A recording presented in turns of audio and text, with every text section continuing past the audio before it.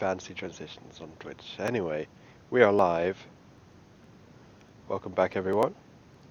Hello. It has been a while. We had to skip last session because my PC conked big time. And I needed, rip, and I needed to set up my old stationery and fix that, so... Hopefully this is gonna be fine. We'll see. So anyway, welcome to Direwolf.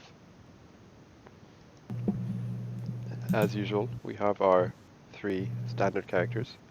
Lissa. Hello. We have Naz. Hello. And we have Christian. Hello. Then we also have the 2 pretty standard guests. We have Cognit. Oi. And we have Bakari. Yes, hello. So yeah, it's been quite a while. So who wants to give the recap? I mean, the recap is probably going to be relatively short if we're just going to do the last time. Yeah.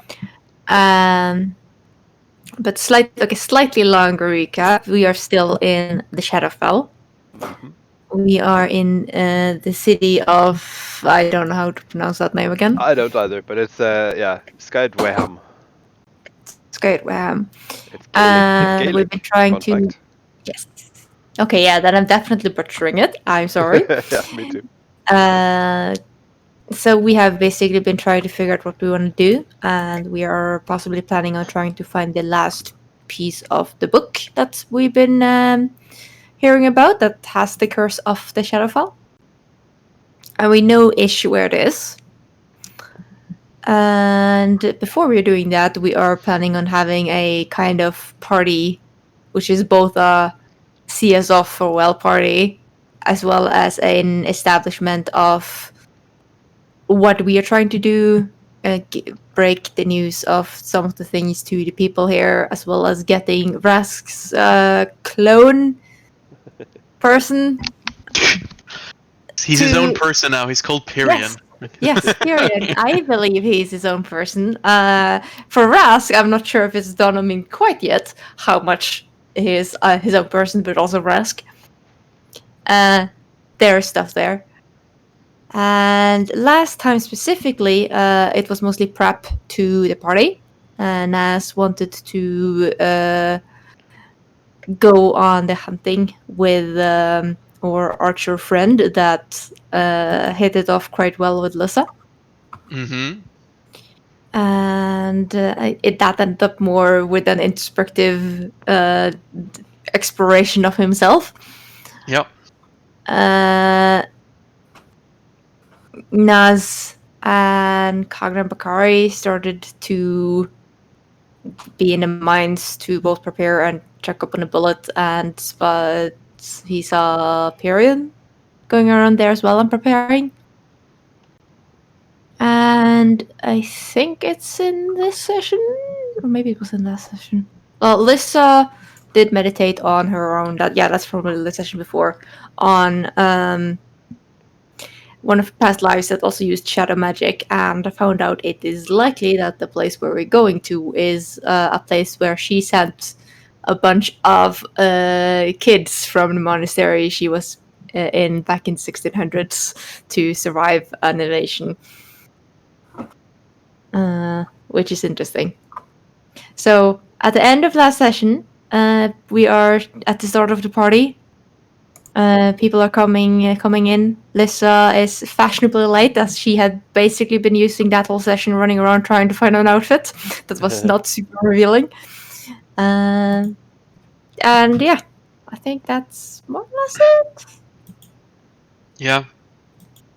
Unless other people want to add anything. The can you, for my sake, because I remember we had quite a meaningful confrontation, quote unquote, at the end, where Lissa wanted something from Rask, but he ended up sort of just turning it into something about himself again. Yeah, Lissa was talking to Pyrian. Mm-hmm. And asking Pyrian. about how he was holding up and whether or not he hated the group because of us talking about Leaving him here. yes, and Lissa seemed to at least feel she had a similar experience, but that kind of got drawn out by Pyrion talking about himself. So we don't know. Right, because hang on, now me as a player might have just suddenly got it. Is it because of the you left someone else in the dark, scary shadow realm once before in your previous life? Question mark. Actually, no. Oh, okay. But, Then I don't know what it is. It's more about her identity as Lissa versus her identity as Nennet. Right. And Pyrion's identity as Pyrion versus Pyrion's identity as Vrask. Right, I did not catch on to that. Yeah, no, Pyrion started going way off trails on his own thing, but way before I could go into Well, that. he was also surprised about the just genuine kindness of asking. Have you considered that? No one's asked him before. You're the first one to ask. Of course, he's going to kind of go on to that. Yeah. Yeah. Like, I'm not saying Pyrion acted out of character. That was very in character for Pyrion. I'm just saying it did stop Lissa from having her own little XP moment. But yeah. Okay, well now at least I as a player understand what you were going for, so maybe we can do something about it later. Yeah. Okay, cool. Also, as a side note, meta knowledge, since we've all kind of expressed the willing or want to kind of get to some quote-unquote action, my plan for the this meeting is pretty simple. It is basically just ingratiate Pyrion to a legendary level with the populace, and get them all hyped on the idea that we are trying to get this book, but control expectations that we have not decided what to do with it yet. And that this plan of ours could include a potential evacuation. But Rask himself has, as we've stated earlier, had like a realization that this all might have just been a ploy for him to do what he feels he's good at and not what is needed. And he's now more focused on planning the actual excursion where we're heading to the temple for the last piece. So, yeah. That's just my thoughts, or what my plan is. Well, I don't think, like, just logically that as much as we want to get to a fight this session, that we are, just because it's gonna be a pretty short session. So we'll Fair see. enough. I guess, okay, so I'm just happy if we can get their asses out of town. Yeah, no, that's fair. Okay, go today, get out of town. I think we can maybe I'll manage. move on, right? But we still have the party, Alright. so we need to finish the party. Karim Right. casts what was it? Banishment on us. Get out of town. Well, would banishment That was transfer us actually- just back to material plane? Yeah, Yes. but like it won't stop you from being at the bottom of the Mariana Trench or something. So Yeah, no, it's random. Yeah. Very random. Also, but also, like, don't forget, you can do an emergency back to the material because you have the Yeah. communication device. Yes, Yeah. That's- we that's just haven't needed to. assuming that people on the other end are able to respond quickly. Like, Yeah, no, that's like when you say Yeah. emergency, that's still gonna take an hour. Yeah, but Mhm. like if you need to leave, you don't have to wait out the time that was agreed on. Yeah. no. Also, time moves faster for us. Yeah. So they could be But, an hour on their end, but like we could be stuck here for 3 days. Yeah. Oh But yeah. man. But that's at least my plan. So I think while Pyrion is still in on the original plan of just going balls to the walls and being like charismatic as shit and just like talking everyone upside down, I think Rask is sort of more focused now on what needs to be done. Mm. But yeah, where do we start? At the beginning. Yeah.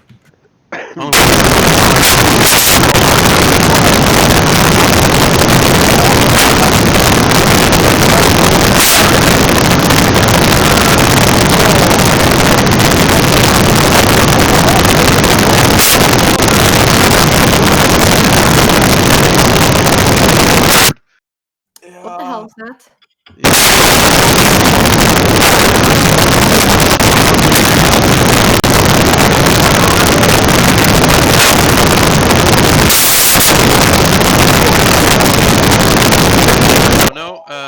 Yeah, it's also happening on the Twitch stream.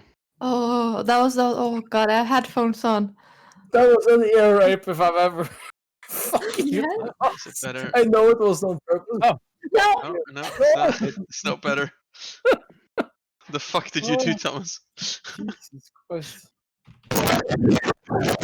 Oh. Hello? Hang on, let me try to server mute again. Oh, we go. There we go. Yeah. Oh yeah. The fuck happened?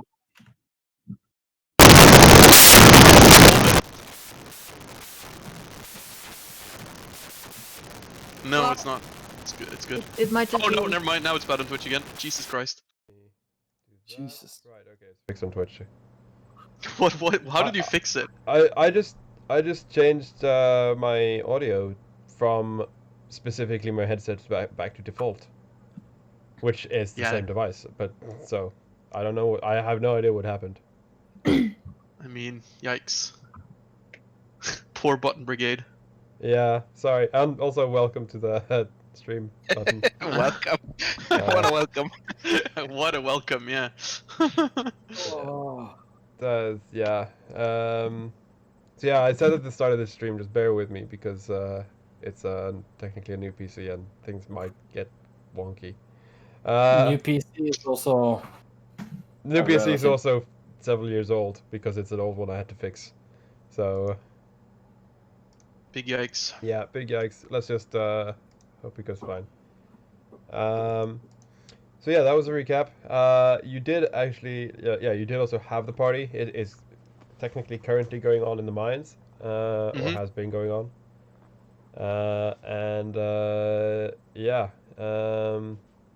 I also, while we were doing that recap, I realized something I should have done because it would have been amazing. But it's too late now. Oh well. I thought that, like, when you made your clone of Pyrion, I should have just been like, okay, you wake up, you're lying on a bench, and I should have made you play Pyrion for a bit. Oh my while god. I roleplayed Brask, because the thing is, like, that would have kind of enforced the mental implications.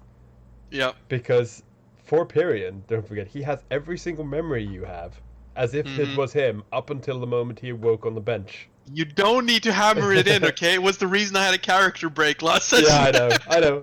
But I just thought the idea now that would have been awesome if I made you play him, and just be like, no, that's your character. No, what? No. Yeah. Your character's now an NPC and you're playing a simulacrum. Interesting. No, right. That would have been an awesome way to enforce it, and because it brings to mind, like, the film is many years old now, but the Prestige. So it's so many years old now that I'm not really worried about spoilers. If you haven't seen it by now, that's your fault. No! But it basically brings to mind a specific quote that Hugh Jackman says in that film, which is that every time I use the machine, I worry whether I'm the one that comes out on top or the bottom. And that is because, that sentence, that quote, is because when he uses the machine to clone himself, he literally is both of them. They both have the memory of pushing the button. So he has no idea of knowing which one he will be. Yikes. And that is just like, those implications are, that is like the mental trauma of this. And that is kind of the way that Pyrion feels. Because he was you. He cast Simulacrum. And then woke up as a Simulacrum. So like, oh, for fuck's sake. Yeah, exactly. That's actually, that's, oof. What was this movie again? The Prestige. It's really good. Wait, you've not seen it? My god. Sorry. That's no problem. I mean, the trick I is think I to have guess seen the it, plot but twist. I didn't know the name of it. Yeah. I mean, the trick here is just to, like, let enough time pass so that you forget what the twist was, and then you watch it and go, oh, right. Yeah. We should move on now before the memory solidifies. Solidifies. Yeah. Yeah, but yeah, just it is a really good movie. You should definitely see it. I've seen it many times, and it's still good. Yes. So, party goes well. Let's just fast forward through that. We all know that it's unless there's anything specific you want to do. Yeah, there's one specific thing I want to do. Wanted to do it for a very long time now. That's cast goddamn glibness and just like solve world hunger or some shit. Yeah, like you can try, but as you know, there's like this. There's not really many people here to convince. No, but the Kith Lord has brought me like this guy owes this guy some money. This guy is a bit like peeved off by this guy. I'm just gonna solve all those problems as much as I can. Yeah, all the minor issues because yeah, well, he didn't have any major ones, did he? No, because it's a peaceful community. Their problem is the outside world. Well, now it's even more peaceful. Okay. Yeah. So in terms of balance, you make. So this is then turning into a session where the Lord sits on his thrones, hears all the issues, and then next, and no, it's more of like a frantic, sort of manic Rask, just going from person to person, table to table, just like, hey, your name is this, right? Yeah. You remember that time that this guy said this to you? And then like just dealing with this.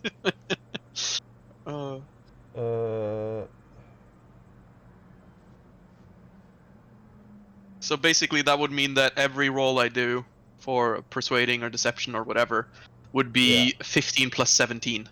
Yeah. So pretty good. 32. Yeah.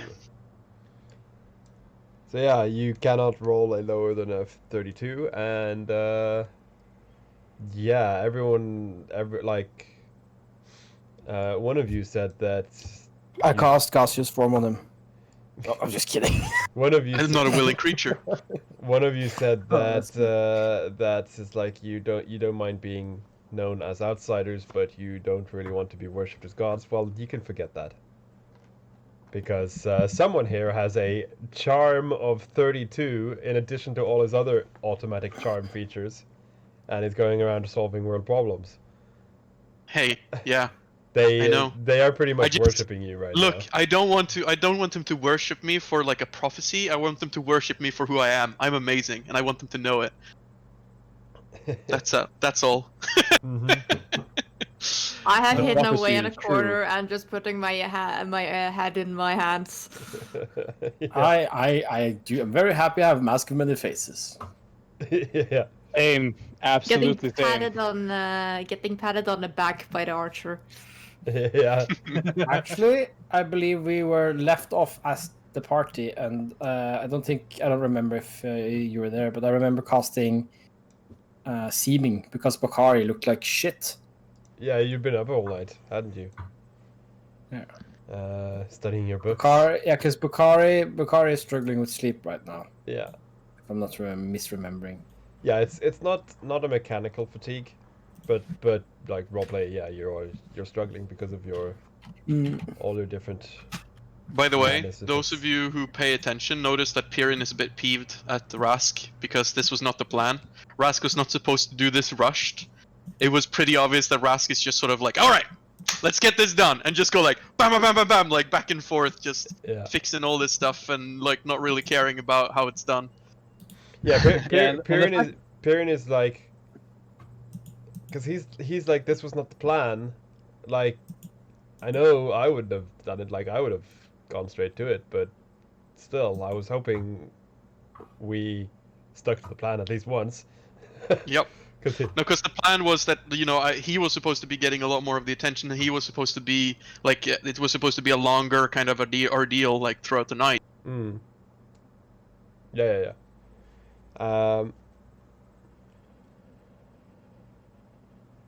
So yeah, he is slightly annoyed by this indeed. Oh, hello?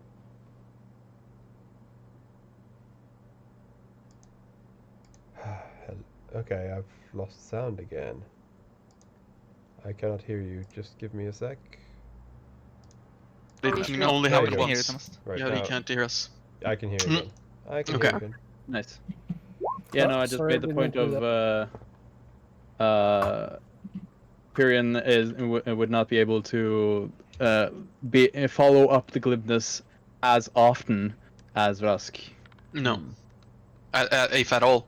Yeah. But at the end, like nearing the end, like after a half hour or something of doing this, that's when he's going to do this the speech, where he's basically talking about the plan and rallying the troops, or rallying the troops. He says, rallying the villagers around Pyrion. Mm. And that's where he lets Pyrion do the talking, essentially. Agent Pyrion. Why did you change his name to Agent Pyrion? Because that's the name of his character sheet. Hmm. I actually didn't mean to change him to Agent.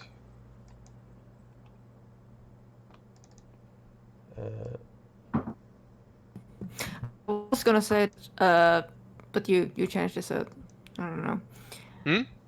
No, because you seem to be very into the whole trying to do it fast, like Brask at least. So I was planning on just trying to get you down to actually say, hey, maybe put Period in the spotlight.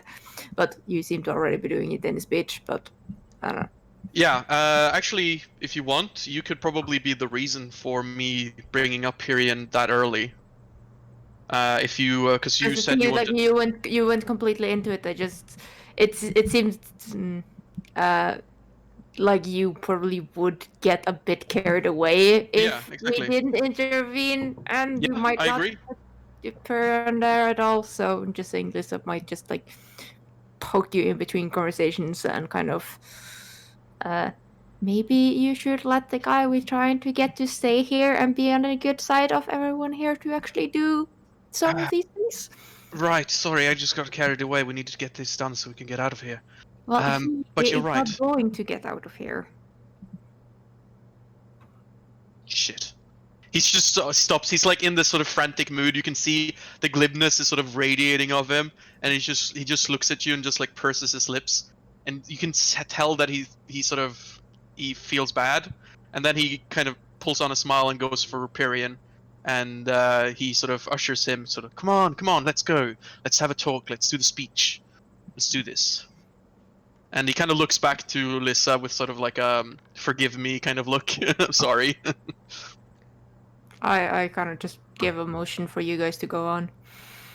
Yeah. I am not going near that freaking speech. No, you know that even though you're pissed off at them at this moment, if you heard him, you would probably not be, and that's not fun. That's not fun. So yeah.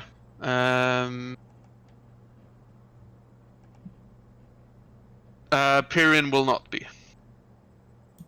Only Rask, Mr. Morris. But yes, so we do the speech, and the contents of the speech will be basically telling the village about the bare necessities of our plan. That Pyrion will remain here to instruct and help you, and get you ready for potential evacuation once the trees have bloomed. He will also help in the efforts of seeding these plants and regrowing them. The blue trees that I don't remember the name of. That was our plan, right? Like part of the plan. I'm not misremembering here. I might do. Please help. The plan is to leave to the. I know, but the long-term one. Yeah, but the long-term one. The long-term one is to get the book together, have Pyrion be here, because we don't think... First of all, we don't know what to do with the book. We don't know how to fix this problem. And we are going to get pulled out in like 2 weeks. So we want to leave Pyrion here to prep and stay with him and help in whatever way he can, I think. Yeah, then that sounds like I'm on to it. So yeah, that's the when we go back in our own world, we do not have the possibility of helping them immediately, probably. Yeah. So that's the plan. Also, it's also going to be very fun to see what sort of hijinks now Gun able to create civilization with Rask is going to.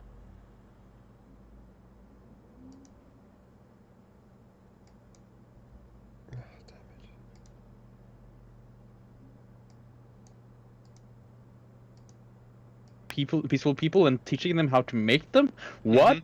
And like, I've already reconciled with that fact. I just connected the dot of, wait, shit, Rask is going to lead this. Fuck!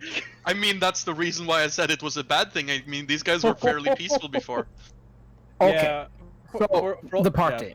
Yeah. If I could just kind of cut through, because I am raring to go, guys. This Yeah. party. How are we nearing the end? Are we nearing the peak? What's going on? Is there anything? Yeah, we're not actually playing through the whole party, so this is just at some random time in the party. It's just an event that happens. We're not actually going through it like hour by hour. Yeah. So yeah. So just to role play Nas a little bit. He's just pretending to be another dark elf in there, but he talks to people as well. But you know, he's mainly lurking around in the background of the party. But he's a charismatic cat, even so. So he tries to pick up on he talks to people, gets to know people a little bit, and maybe he even swaps out what he looks like a couple of times during the party to continue to talk to the same person, but with a new face. Yes, that should cover us for the party. Done. So yeah, apart from the damn it, wrong button. Apart from the slight awkwardness between Vrask and Pyrian and the rest of the party,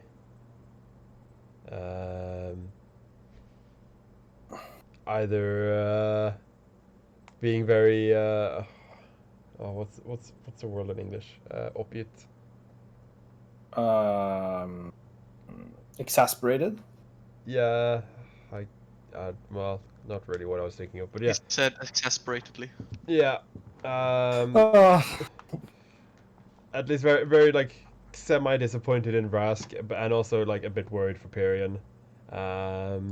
Apart from this awkwardness, the party seems to go well. The food Azaki brought was very popular.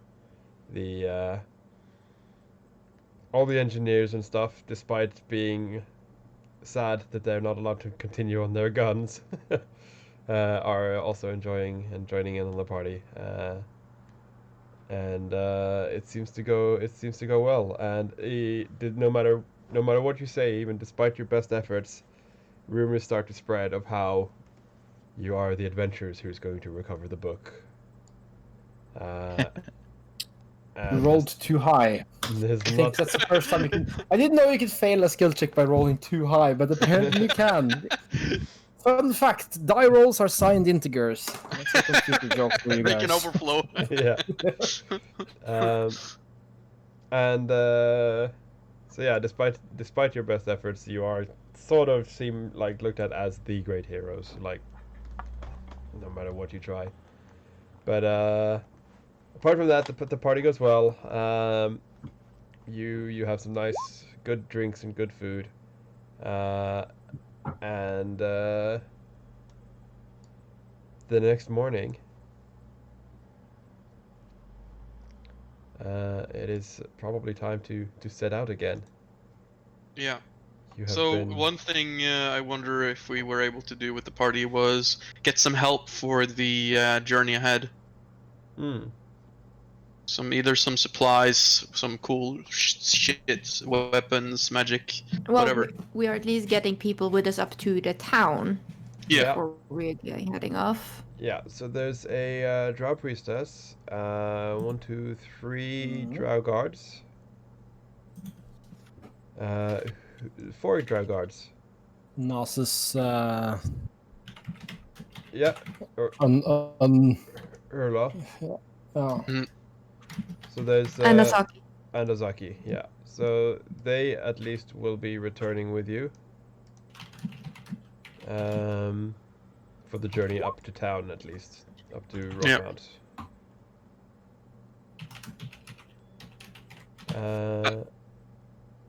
Yeah.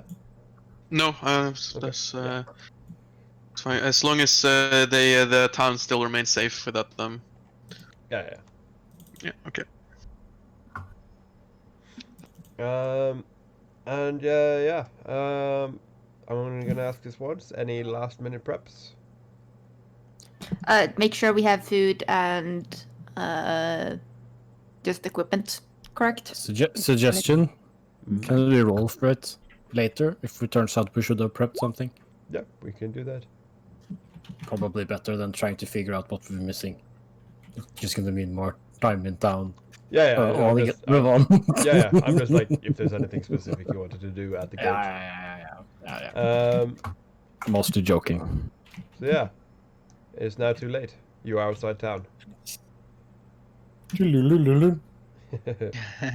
And so yeah, I don't know if you already had the party in the notes, Celia, but if you didn't, then that was obviously a day. Yeah, no. I have prepared specifically like 2 sessions ago for which day the party was. So we are currently now, as we're leaving town, on day 16. Yeah. Good. I'm doing my job. I'm keeping Yeah. track.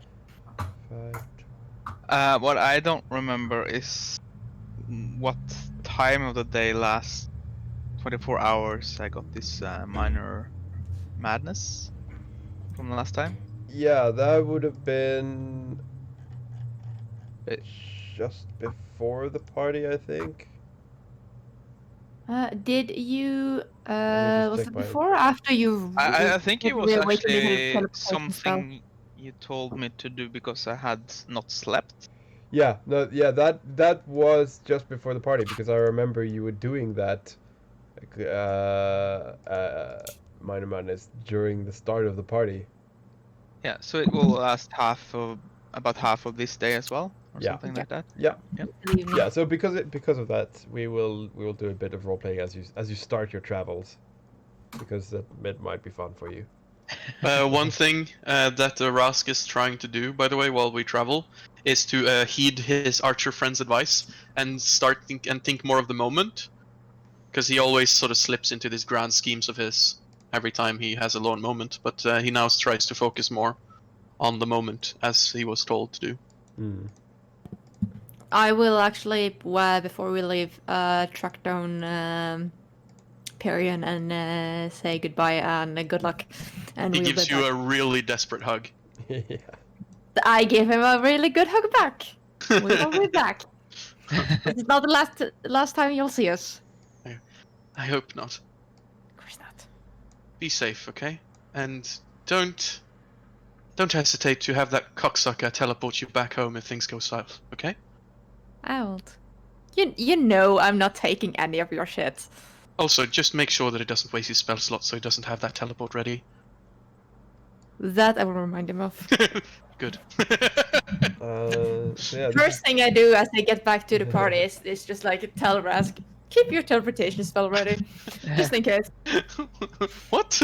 He's just so confused. No, I just pass. I just pass. Uh-huh.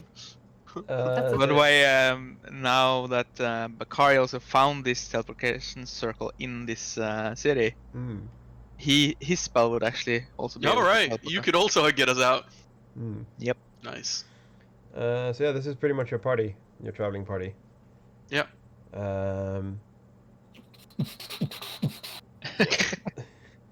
This is the real party. Yeah. The drow leading the way. The drow from Rockmount leading the way.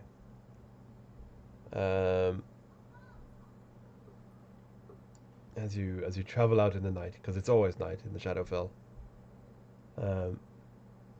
Oh yeah, sorry, Cognar, you were over there.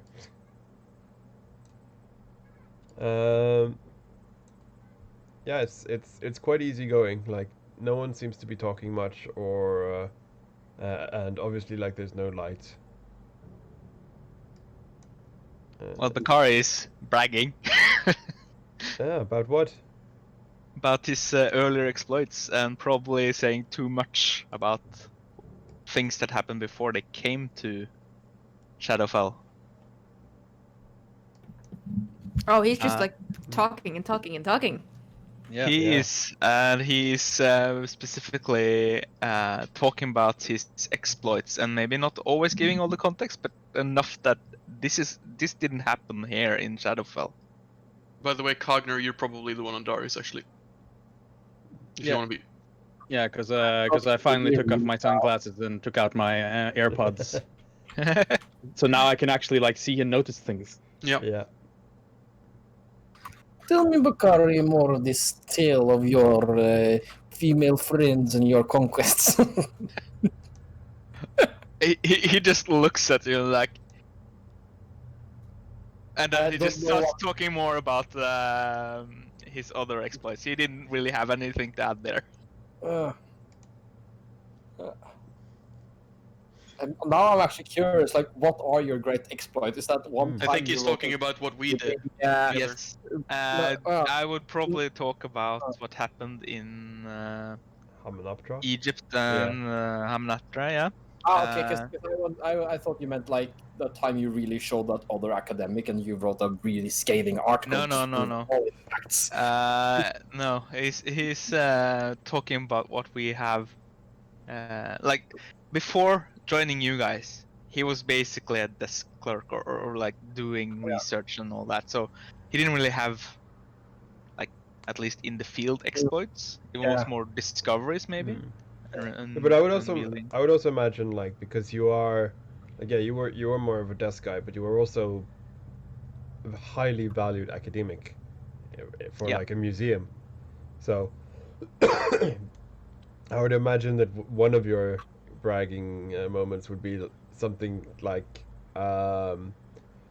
you're telling the story of how something in a museum was labeled wrong, and you pointed out that because of these designs it was from this period and something, and like but of course like you would notice that, and like you would be like, of course I would notice that, but no one else, because after all I was like the top of my class, like no one got as high scores as me at school. Yeah, That kind of, he'd also probably talk about how he puzzled together some mysteries that nobody else had been able to connect or something. Like just bits of pieces of information without really telling the full story. But it's like just from listening to the stories, you'd understand that this isn't the setting where this happened. This realm didn't really have something comparable that could be explained with what his stories are, like the details he tells in the stories. So there's no pyramids here, from what we know at least. And he's talking about pyramids and ancient buildings and all that. I kind of whisper over to Nastan, like while you're talking. Should we maybe stop him from telling direwolf secrets? Because who's hearing him? Like everyone? yeah. He's probably doing this the whole time, yeah. Russ is just immensely amused. This is like every time he comes up with a detail, he just kind of like smirks and like it probably like helps him exaggerate or something. And And I also- especially on the points where he says he did something cool, Rask is gonna make it sound cooler. Nas responds to Lisa telepathically. It's like, no, I don't think so. It will be fine. This is not the time to put lid on already tense situation. His mind is strained. And if someone would try to kind of try and explain away the things that Bakari said to fit this place, Bakari would just go, no, that's not how it ended. That's not how it happened. That's not what I'm saying. At one point, Cogner just swoops in on Darius and goes, "Bakari, could you? I love all the details that you were telling. I love listening to you hear you talk for hours. Could you keep it a bit down, because it's echoing around? Wait, guys, let's have a short breathing. We've been walking for what, like 4 hours? I think it's time to have a break. But maybe question for everybody. I look around my fellow material planets. Should we maybe, go a little bit faster? Wink, wink, nudge, nudge. Making a wheel, like driving a car, miming. That would be fun, but Do off-road, all-terrain. Would not like recommend helicopter, because last time that was not so well. helicopter worked well. Just don't fly into any big nasties. Well, fine. Oh, actually, it was more the crown of light on my head, thinking of it. Yes, that was certainly it. But I don't think these our escort will fit. I mean, your helicopter size is very impressive. It's just, it's a lot of You people. know my helicopter size is impressive, wink wink. Certainly do. It's not the question here. It's one could say the girth. Actually, I'm not sure how many people it can fit. Let me just check that out really quickly. Simon helicopter and it will be no problem. Liz is keeping watch, but like from the ground kind of watch. But She keeps a watch from ambushes behind us. but also, I mean, there's nothing wrong with a nice walk in the darkness of a hellscape plane where nothing can ever flourish and no happiness can be found. I mean, I do like helicopters though. Lissa, you have insane perception, right? I have a pass of 27. Yeah, because as Rask says in a hellscape where no life can flourish and happiness cannot be found, just after he says happiness cannot be found, Azaki just looks at you. Oh, Oh, that's so cute! Oh my god, I just want to die. yeah, no, Liz How many people are we? 1, 2, 3, 4, 5, 6, 8, 10, 11 people plus and Well, the Sphinx can carry a passenger alongside. Oh, 5th level, I can summon something to carry 10 people. So the moment you said 11, I was like, Well, Darius can carry one. That's true. Yeah, so Yeah. 1, 2, Me. 3, 4, 5, 6, 7, 8, 9. Yeah, you're 10 people. No, you are 11 people. Excluding Kargner, because he's on Darius. Because Mao is medium-sized, so he would count as a person. So yeah, no, we can't do the drivey. Well, I do love the walk. Gets the blood flowing. Also, I just summon an ATV anyway.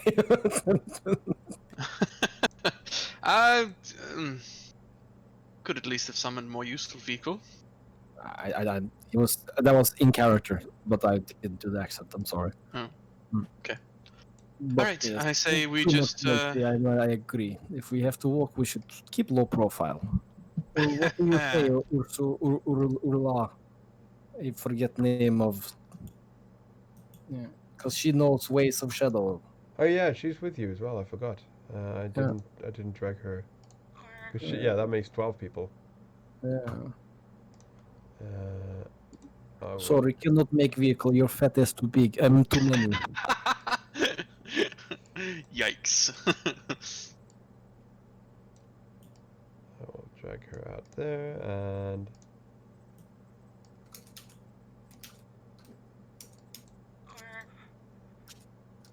This is like Lord of the Rings, like a montage of like Yeah. getting like of all the different locales we pass through. It's a good way to because you're now making it so that not every combat map is a combat. Sort of like Yeah, we just happen to have one. yeah. Interesting locations. This is the one you made yourself, isn't it? Yeah. Yeah. I'm Yeah, just so- looking so- forward to that Lord of the Rings techno remix beat to hit as we pass over a ridge. They're taking me up as the highs in God. Yeah. Also adding Mao again. Yeah. Yeah, Good. no, You need to change subject.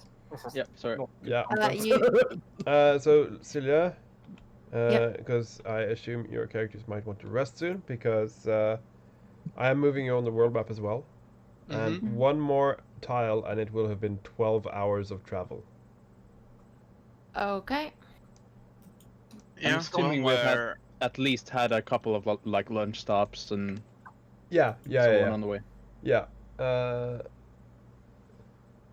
so I guess we're throwing up this then, and the dark elves get to live in a proper place for Yeah. once. The manor. I'd assume Yeah. you'd have it dark inside. Yeah. Like- We like do you- have the same setup that we did when we Yeah. had visitors last time. Yeah. How many tiles have we moved? You have moved. 1, 2, 3. You're currently on your 4th tile, which is 10 hours.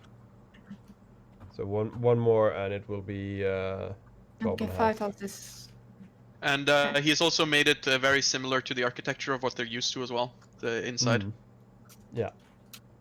to not freak them entirely out. So yeah, you don't have to move another tile. You can just do that here, and then it will have been 10 hours travel. Well, Plus- I mean, plus- why not go 12? Yeah, we can do the 12. So If no one is tired. yeah, you don't get tired that quickly. No. So 12 And is it's the 12 is first fine day now. as well. And it's the Yeah. first day, so. Somewhere along this last couple of hours, Bakar will probably stop talking so much and kind of like look more confused about what had happened. Why, like not knowing why he's been talking so much for the last 24 hours.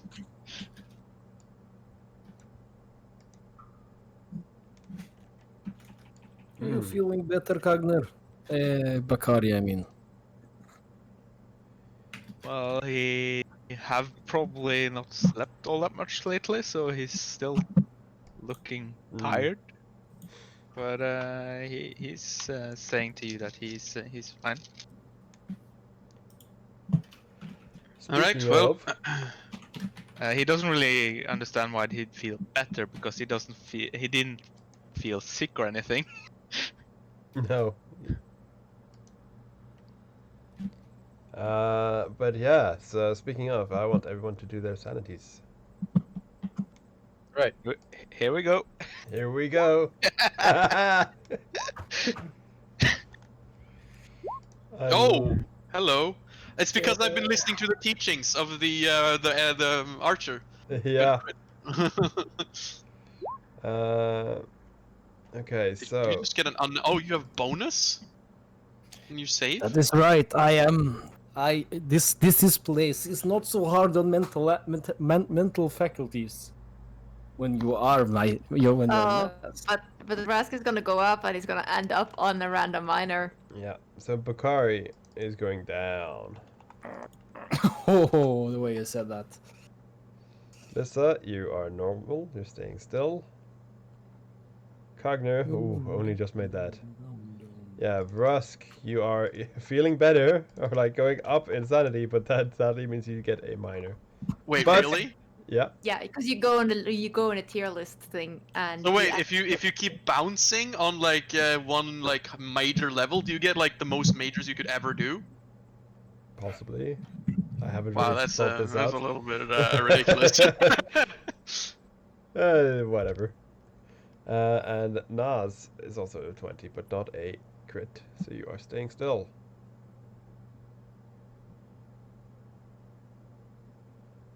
So save changes. So yeah, Bakari, oh, you're like halfway to -10 for the second time. Jesus Christ. Maybe he'll never be able to leave this place. One I desperate love it. last move. He casts Banish on himself just to get out of this place. I love it. I love it. Like, when you've made this many different tables and effects, it's only fun if you actually get to experience it, right? I totally agree. So, so yeah, Brask, that is a D20. God damn it! That's what I get for critting. Yeah.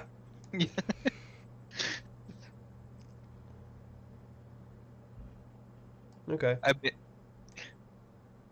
it's not gonna be so bad that you're regretting critting anyway. So Okay. This I can work with this. So yeah, you set up your Mansion. mansion,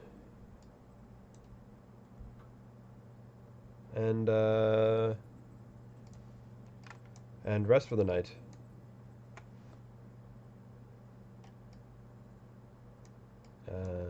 Anything you want to do? Any scenes?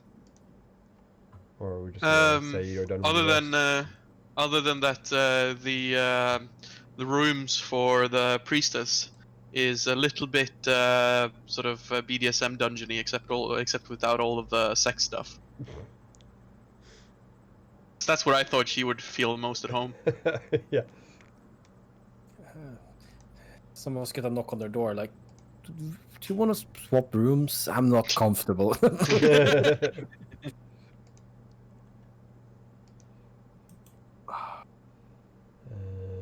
I feel our host is slightly racist.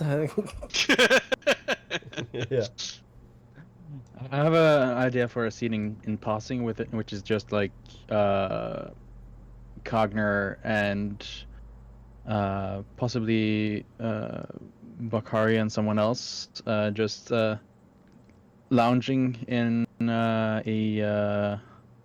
of the living rooms, playing chess and reading, just chilling out.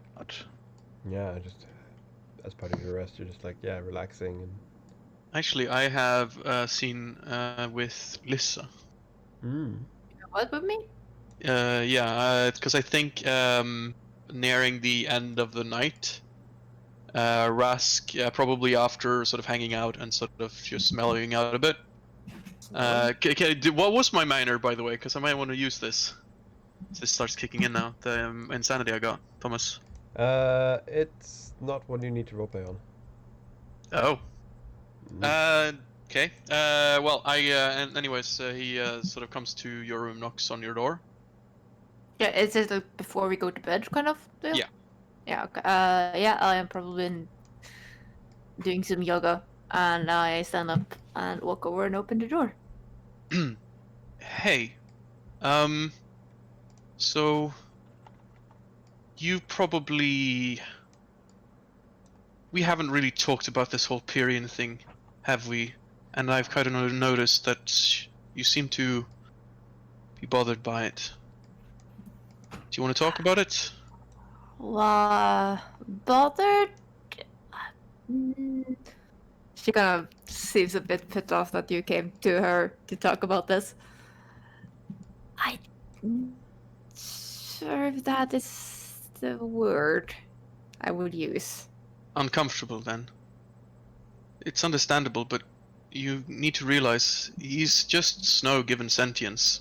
And that's not full sentience either, it's limit. It's like when I create Mr. Potts. It's really not, though. I guess it's not, but... He has all your memories, Rask. For all intents and purposes, he feels he's you until the moment he woke up. Can I roll an insight on you? I just want to Sure. see how good Rask is at picking up something here. Well, you have a decent insight. I do have very good insight, I just rolled a 3. Yeah.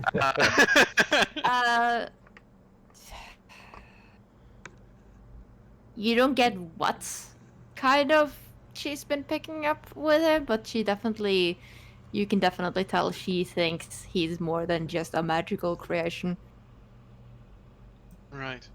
But that's what sort of... I don't understand. Actually, maybe I do. And he sort of looks at you.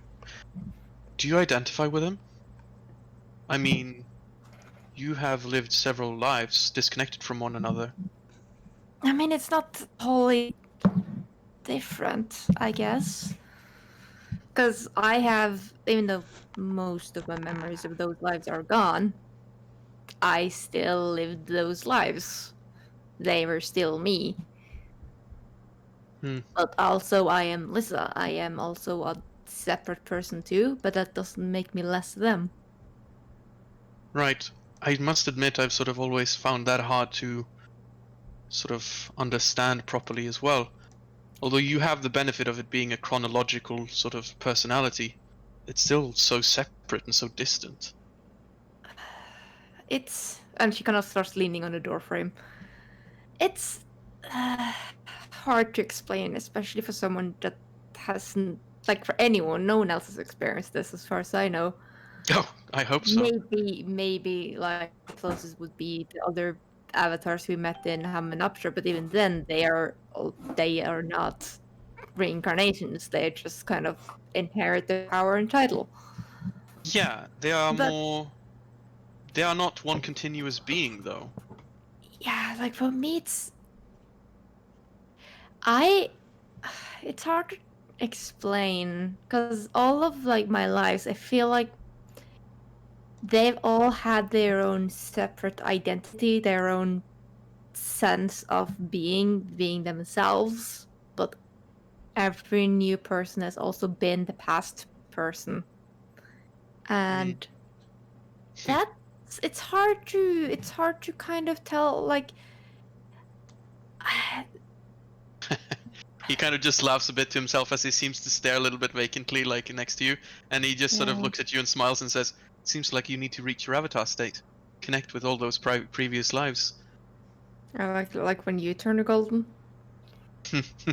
No, no, that's mostly for show. Doesn't do much. Not for me, at least. Protects me, but no. I think you need something much deeper. Something, because you say that you sometimes remember from your past lives, like you remembered the person that sealed the children into the Shadowfell, correct? And listen, nods. How does it feel when you remember? It's it's like trying to remember something from when you were a child. Like, how you remember being 6 years old and maybe a couple of events, but not every day-to-day life. And that sometimes something will, like, you might smell a thing or hear a sound, and you get reminded suddenly of this one very vivid thing which you've not thought about in 10 years. It's kind of like that. Except it spawns for lifetimes instead.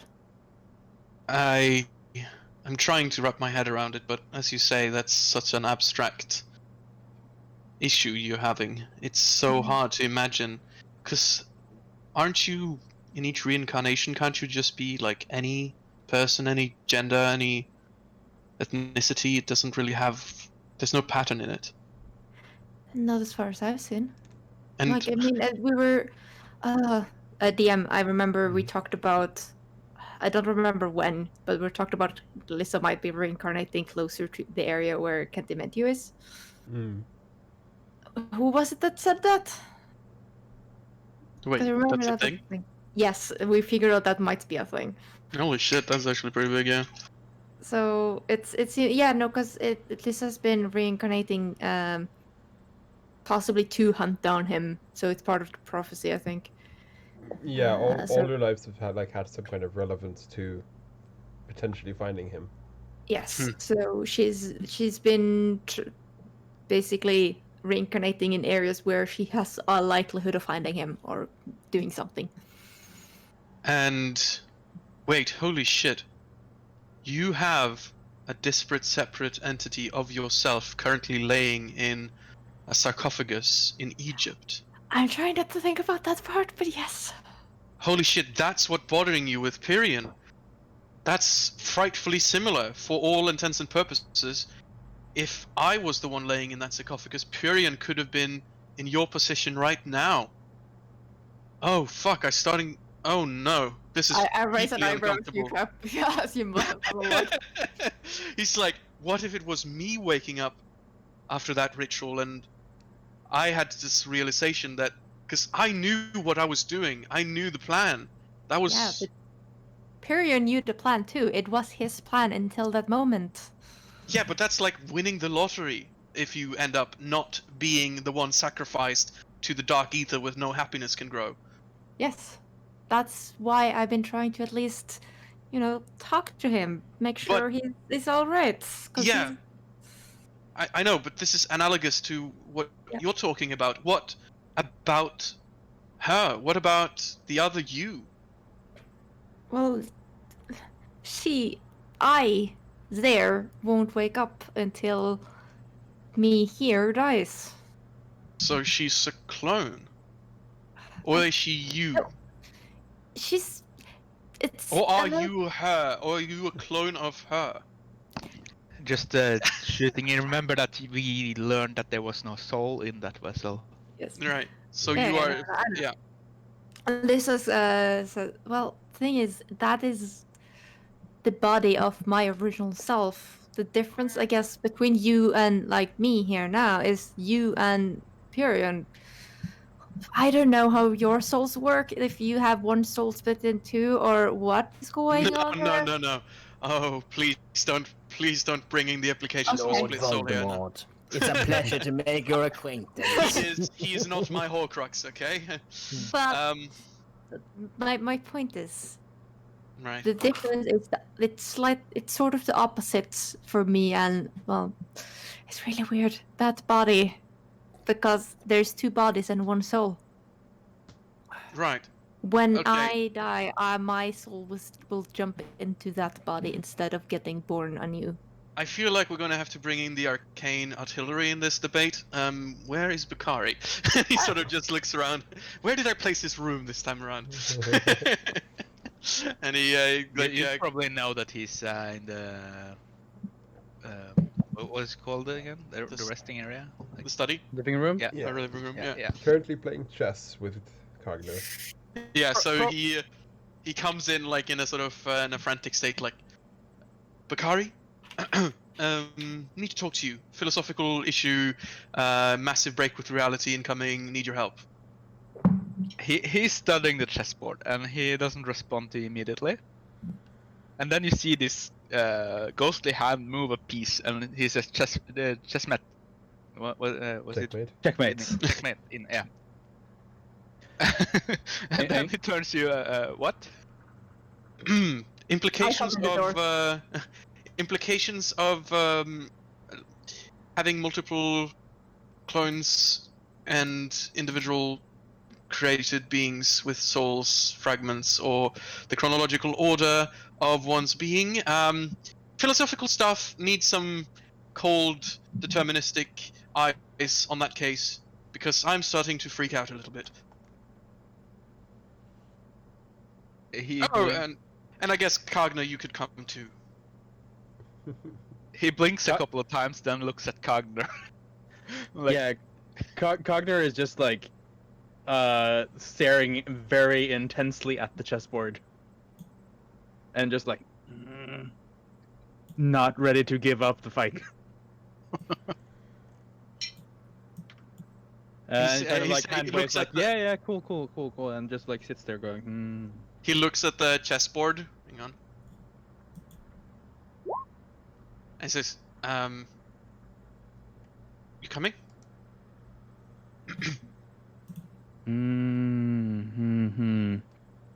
Right, okay, Bakari, you'll do. Bakari stands up and follows you. Right. Just as you guys are out of earshot, it's Cogner moves a piece and goes like, I don't know.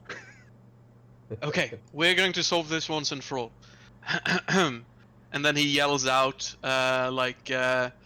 Jarvis! To me at once! We need a new room! As he's going to make, like, a map room where he's going to draw, like, lines and stuff. You know, that's a paranoia room. Your butler, Jarvis, comes up and is like, yes, sir. and he I need a paranoia room at and- once. and But- because of the kind of cartoons and series you've read and seen, of course he puts his hand on a statue, a bust, like just the head and the Yeah. shoulders, and like pulls it to the side, and there's under the neck there's a button, and he clicks it, and the bookcase goes to the side, and you've got a little bat cave. Nice. Follow me. We have a crime to solve. And for some I have reason, one small thing Yeah. I'd like to retcon from the previous scene with the chessboard. I'd say, rather than checkmate, I'd say it's checkmate in 3. Mhm. That's why Kagner was stuck there. yeah, Yeah, And, he's like, yeah. he's still there.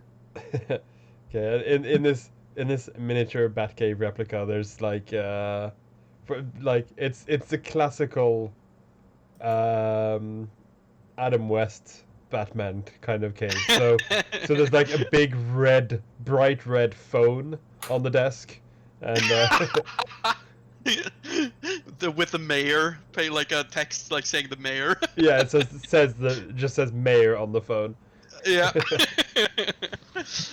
So pull you all down there. Also, probably if Matthias is interested, there is probably an Alfred knocking on your door saying you're wanted in the Batcave, which you no, probably heard that- before. It's not a normal red telephone. It's the one for Powerpuff Girls. Oh my god. Just like all the pop culture references. Yeah, because it's Jarvis that took you down to the Batcave. This is like Uh-huh. mixing it all up. Oh my god. So yeah, once down there, Rask starts like animating the different furniture. Like he animates a pen and he animates some paper, and he they start like writing, and you can see he sort of forms like a clue board for Lissa's consciousness. Mm. Or he calls it Project Eternal, and like he starts like mapping out a timeline, and he kind of just starts asking questions about like the first, your first sort of personality. Oh Like well, your no, I have no first idea memory. when that happened. Right, so I just thought- Yeah, so I think this is actually kind of interesting because a lot of your previous lives and the details around them is actually things that we haven't really told the rest of the players that much. Also, I just noticed my sound has disappeared again. Hello? My headset is having issues, apparently. Default. Okay, no. There's also no sound on Twitch, I see, from the desktop audio. So I'm just gonna try and yeah, no, I have no sound whatsoever. This is unfortunate. Hello? What on earth is going on with my computer?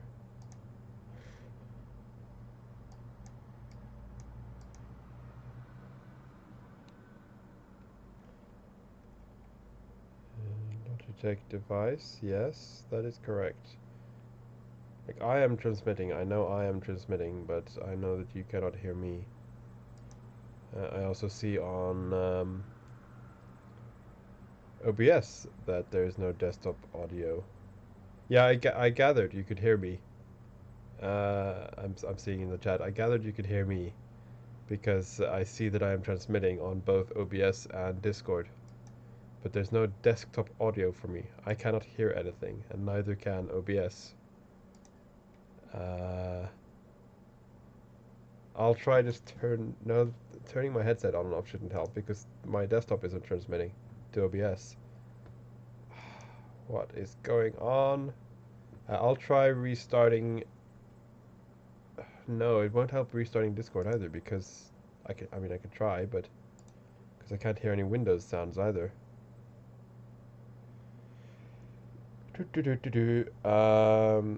So let me just change my sound card in Windows.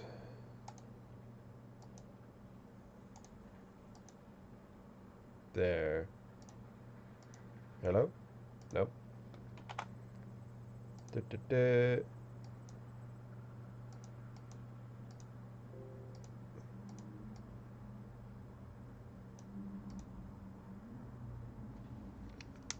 Try restarting my headset.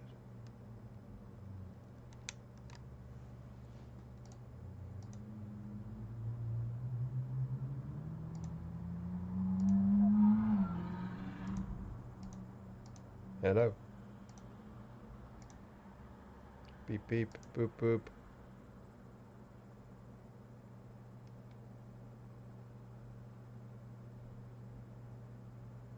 Where's my... Hang on, I doubt this will work, but I may have a solution.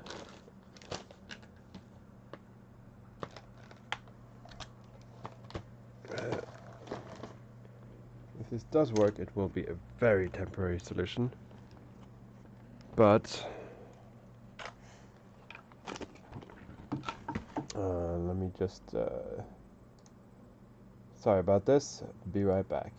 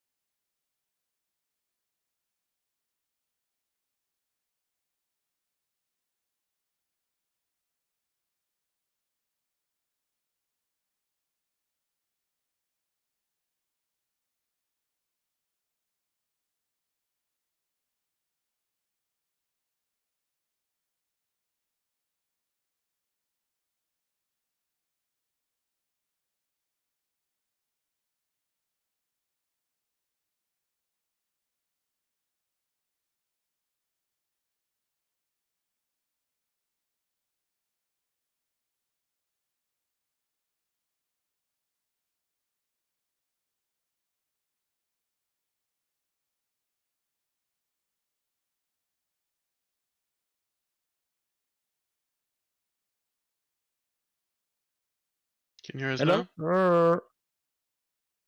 Yay! Jesus Christ, what's going on with their computer? Holy shit. I think you were right to be skeptical of your new your Yeah. new setup. Yeah, I don't know what's going on, but yeah. As I was gonna say, because I when I lost you was that I think this is interesting because most of the party doesn't really know that much about your past lives, so to actually Mhm. talk a bit about them now is good. You turned robotic. I lost you more or less after I the could hear him, so it's probably Yeah, on your end. it's fine on my end That as well. doesn't change the fact you didn't Can- hear him. No, Yeah, can no. someone Yeah, I else still have repeat no me idea then? what you said. Yeah, someone repeat me.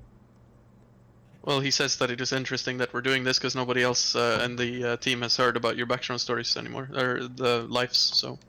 Yeah, I did a small recap way back in when we did the security room after we got the other book. But I don't think I went into details about everything with my life and stuff. I just gave broad strokes, I think. And I don't think Hagner and Bakari was there. No. So yeah, everyone's in the danger room, in the Batman cave, one after the other. Cogner comes in last, it sounds like. Yeah, because it took him a moment to realize that Bakari wasn't just going away for a tiny bit. Yep. And inside the Batcave, then you probably come as we've set everything up. Mm. And you got Nas too. Oh yeah. He was good old Alfred was told to go and fetch him, and he said, "You're wanted in the Batcave, sir." Nas Wha- Seriously? Hang on, I lost audio again. down No, here. no, What- wait, Is it's that an back. actual bet? Where the hell? Ugh. What? You can't hear us anymore, No, Thomas? I can hear you again now.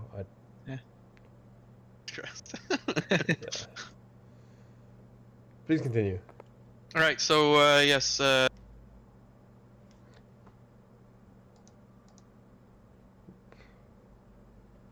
Never mind me. Guess what? I can't hear you.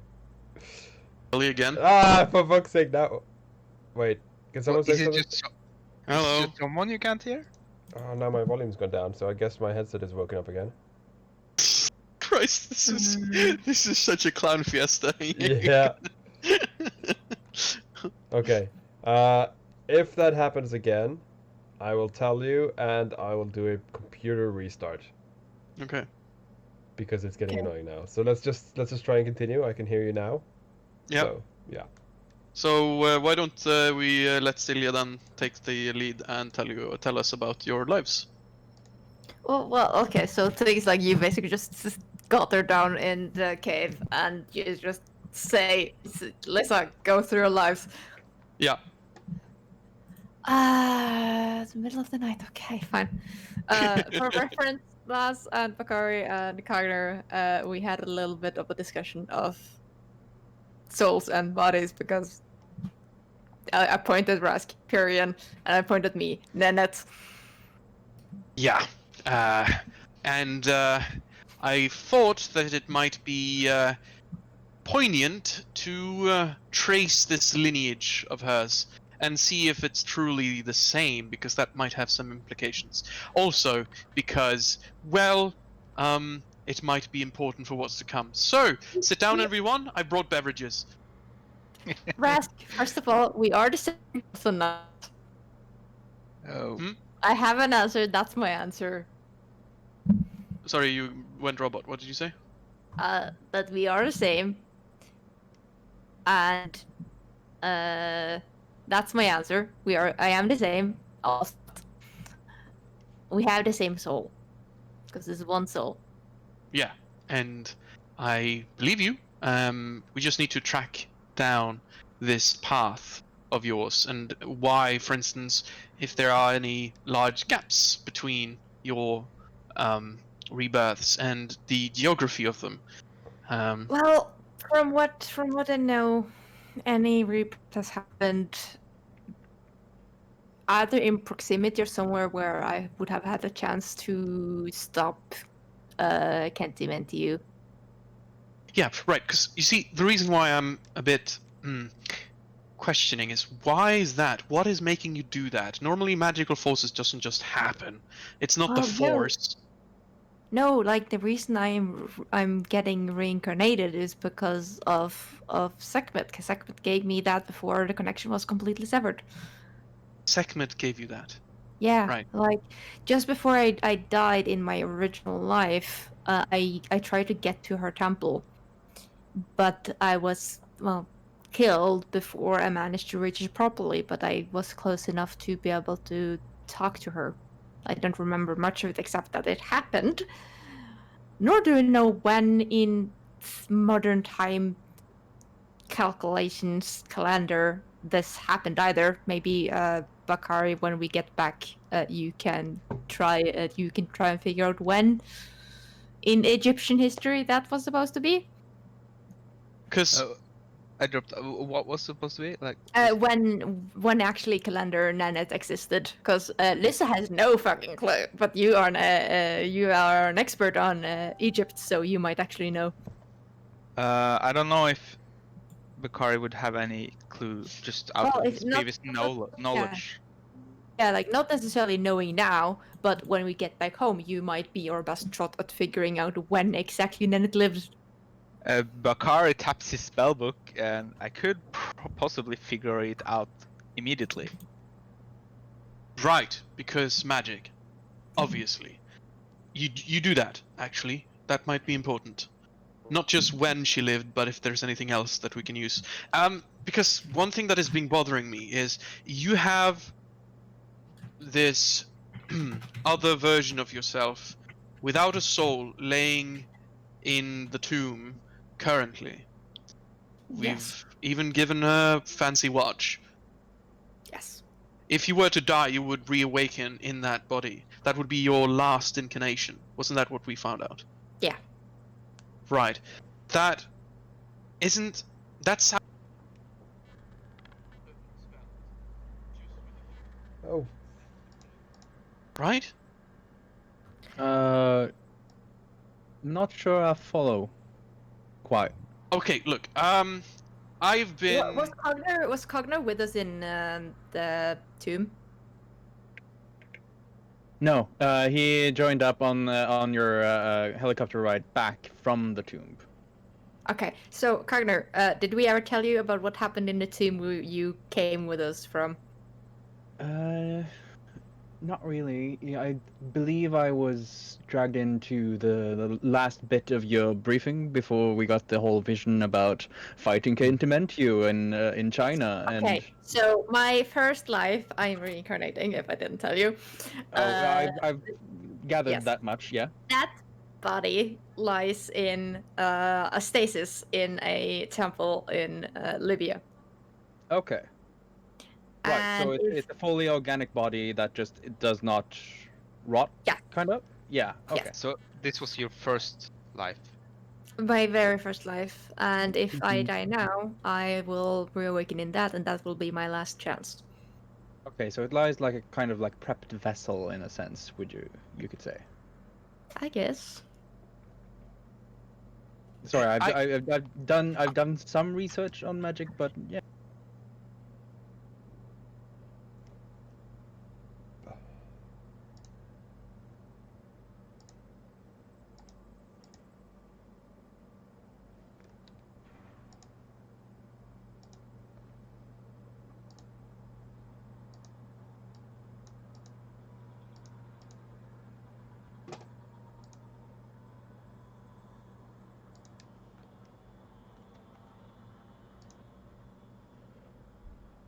okay. Hang on a second, guys.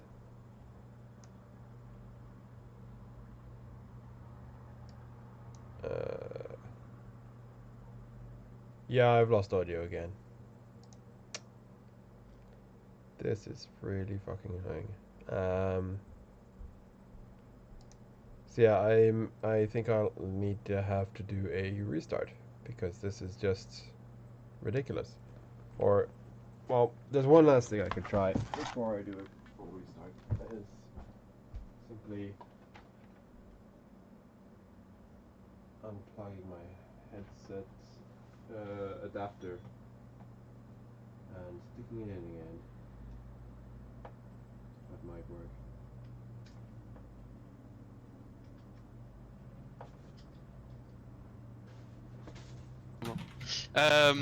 By the way, Kareem, could you or Bakari, could you do like an Arcana?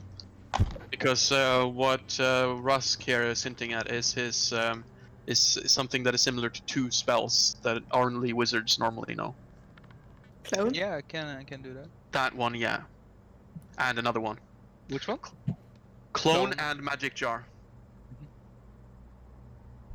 Magic jar. Yeah, well, yeah, Lisa wouldn't know enough about that. Because I was very close to taking Magic Jar for my one of those spells I could pick from another class. I'm having fun with. It's by the way, it seemed to work for me to just reconnect my headset. So You can hear us now? the receiver, yeah, I can hear you, and it's good quality again as well. So Oh, okay. Nice. That's weird. But yeah, what I was saying is, could Bakari do an Arcana to see if he recognizes some spell that would do similar things? And it's basically because me meta-wise knows of a spell that Bakari might also know of. Well, just looking over the spells that Bakari would at least be aware of himself at this point. Maybe not learned yet, but know about. Magic jar? You mean Mr. Potts? But yeah, It's either about way. magic in a jar, but not a magic art jar. But I never but probably anyways, have encountered him because he was we left you summoned Mr. Potts in your house at one point. Yeah, you have. and we left there to the airport. But that's not the magic jar I'm talking about. That No. was a joke. Oh. Yeah. Yeah, no, that was a joke, and that is not something Cogner would talk about. Well, maybe. No, he's probably heard about Mr. Potts from. But either one of way, you. I think the gist of it here is that Brass believes there to be some magic that might have dictated where she, how she sort of reincarnates in a sort of similar fashion to other already existing spells. Because if we know how the rules for that spell work, we know the rules for her reincarnation, and I think the question for this is, what happens if you die in another plane? Because Lisa kind of stops up if you say that out loud. yeah, he says that. Don't know. I actually, and then I probably everybody turns to Nas because he's not like the learned Well- person. Yeah, Bakar would shoot in that we are in the same multiverse. that's a thing. Are you saying that multiverses are a thing? Please don't tell me multiverses are a thing. Multiverse theory. Yeah, no, they might be, but not in the sense of the Yeah. like different variations of the same thing. Oh, No, look, I met my shadow that we self. are in What was world nuts? You're on Nuts, Earth. you were saying You're something. on Earth No, go 567. Well, Yeah.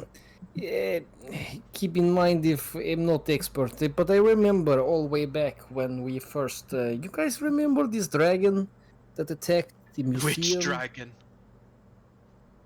You guys Attacked met The dragons? museum. There's only been one dragon Right. that attacked museum, right? Yeah, well, right. Yes, that was fairly early in our careers. Yes. Yes. Well, I remember back then. You remember it just all went up into dust. Yes. And I remember some person, I don't know who, told us that yes, of course, when creatures from one plane die, they return to their original home. That's why the corpse does not stay around. Yeah, well, So I'm that's thinking maybe magical she'll go summoned back. creatures.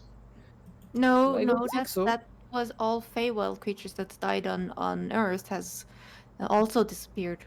I don't think if I were to kill you, say, you would just sort of disappear and reincarnate back home. I think you'd be dead, and your corpse would be laying here and decaying alongside everything else here. So I think she would go back based on that, but I'm no expert. But you're also that no is wizard. true. Would we That know is anything also about true. what happens with a mortal soul once you die? Like not someone that reincarnates, but just a mortal soul. Is there like a huge plane and then you go to the gods you worship's plane and all that, which happens in Forgotten Realms, or is it different? We don't know a lot. Hmm. No. Like, And you currently have no connection to the Direwolf database because you're in a different plane. Well, how much of it have you made available offline? Not enough of that, I don't think. And like, I know Okay. you did download quite a bit. Yeah. To your watches. The- But Yeah, there's always a limit. yeah, I think that would be a bit too specific. Yeah. Like, your watches would have prioritized general knowledge, like as much general and low rank knowledge, because that is. If you want specifics, it would need to know which specifics you want. Otherwise, it would fill all its memory banks with the true origins of Medusa, and it's like there's no Medusa in the Shadowfell. Why do I care about that, right? Yeah. spoiler alert, I don't. But yeah, moving things along. The philosophical implications aside, then we do not know if Alyssa were to die here, she might be cut off from her I reincarnation don't cycle. agree. I think we're fairly certain that she's part of the same multiverse, and if she dies, she. Also, just if- keep if- in mind, I also do have Death Ward on me. Right. Yes. That's That's still in effect. Right, that's so we'd have to just- kill you twice in that Yeah. case. That's too much effort. I say we postpone this experiment to later. Yeah, so one other thing. So I'm basically gonna assume, because I don't know if we should take the time to go through all of your lives, but can we just assume you do? Sure. As in Well, Lisa does? that's kind of why I said I was interested in this, because as far as I know, like I know we've mentioned them a bit on stream, because all the books about your past lives Yeah. have been revealed to you and the stream, but they're not all revealed to all the players. yeah, and That's why I'm thinking like a brief summary, like what you wrote on your initial character Oh, pitch. I have my pitch. I Yeah. have my pitch. That's like I'm thinking it could be interesting to actually read them up, because I don't know if the players, not the characters, the actual players, the people here in this group in Discord, I'm not sure Yeah. if all of them know of all your lives. Possibly not everything. No. No, so I'm thinking it's that been, could like, actually be interesting to just go through the list. Sure.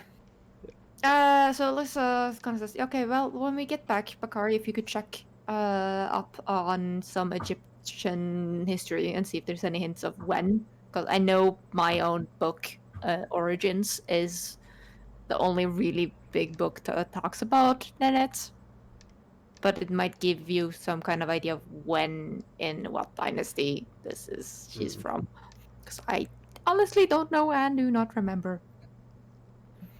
As for my second life, that was in Greece. And I think it was in the 700s. So that's a massive leap in time. Yes, that's a massive leap in time. And I think I remembered most of my life back then. I don't remember, like, all of it, but I remember that part of me remembered, if that makes sense. Okay.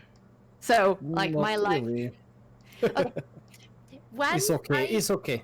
When I lived in Greece as another person in my second life, I remembered being Nenet quite clearly. Ah, right. So you still had that lingering kind of... Yes. So it seems like, as all memory, it sort of fades with time. Okay. Yeah, I don't really remember much of my life then, except for like what is written in the book, and even then that's vague. But it seems I was a druid or something, and at least still had the ability to change into animals. So that's where that began. Yeah, I guess. Did you have a name? Do you remember the name that you had? Yeah, like I literally have all the list of the stuff, because the books is something I would have in my watch. Day Yeah. of Naxos. Dia of Naxos? Deo. DEO. DEO of Naxos. Nax. Ah, nice. Miller of Greatness. What? What did you say, Matthias? I said Smeller of Greatness. Because she's got Deo. Yikes.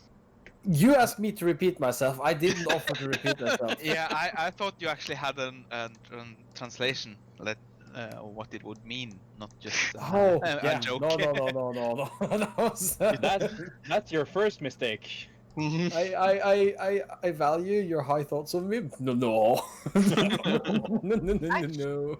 Actually, based on what is said in the book, I later self-wrote, it seems I did travel a lot, though, because it does refer to me to have gone to, possibly to Great Britain, to the Celtics. Wow. That's rather extraordinary for someone of your time. Magic. But I don't remember doing that, so... I mean, you were a druid. You could have just made yourself into a bird and flown great distances. It's not, I guess, that impressive then. Well, I cannot go and turn into a bird now, but I guess it was better about that. Yeah, you were a bit more focused on your druidic things, possibly. So this was which century was it again? 700s? 700s. Okay. So actually, I have the specific time, but... Oh yeah. this is No. not- No. Mm-hmm. I'm just taking notes. Yes, so what she would say is the 700 sometime. Right. Okay. And that And Iceland was the next one.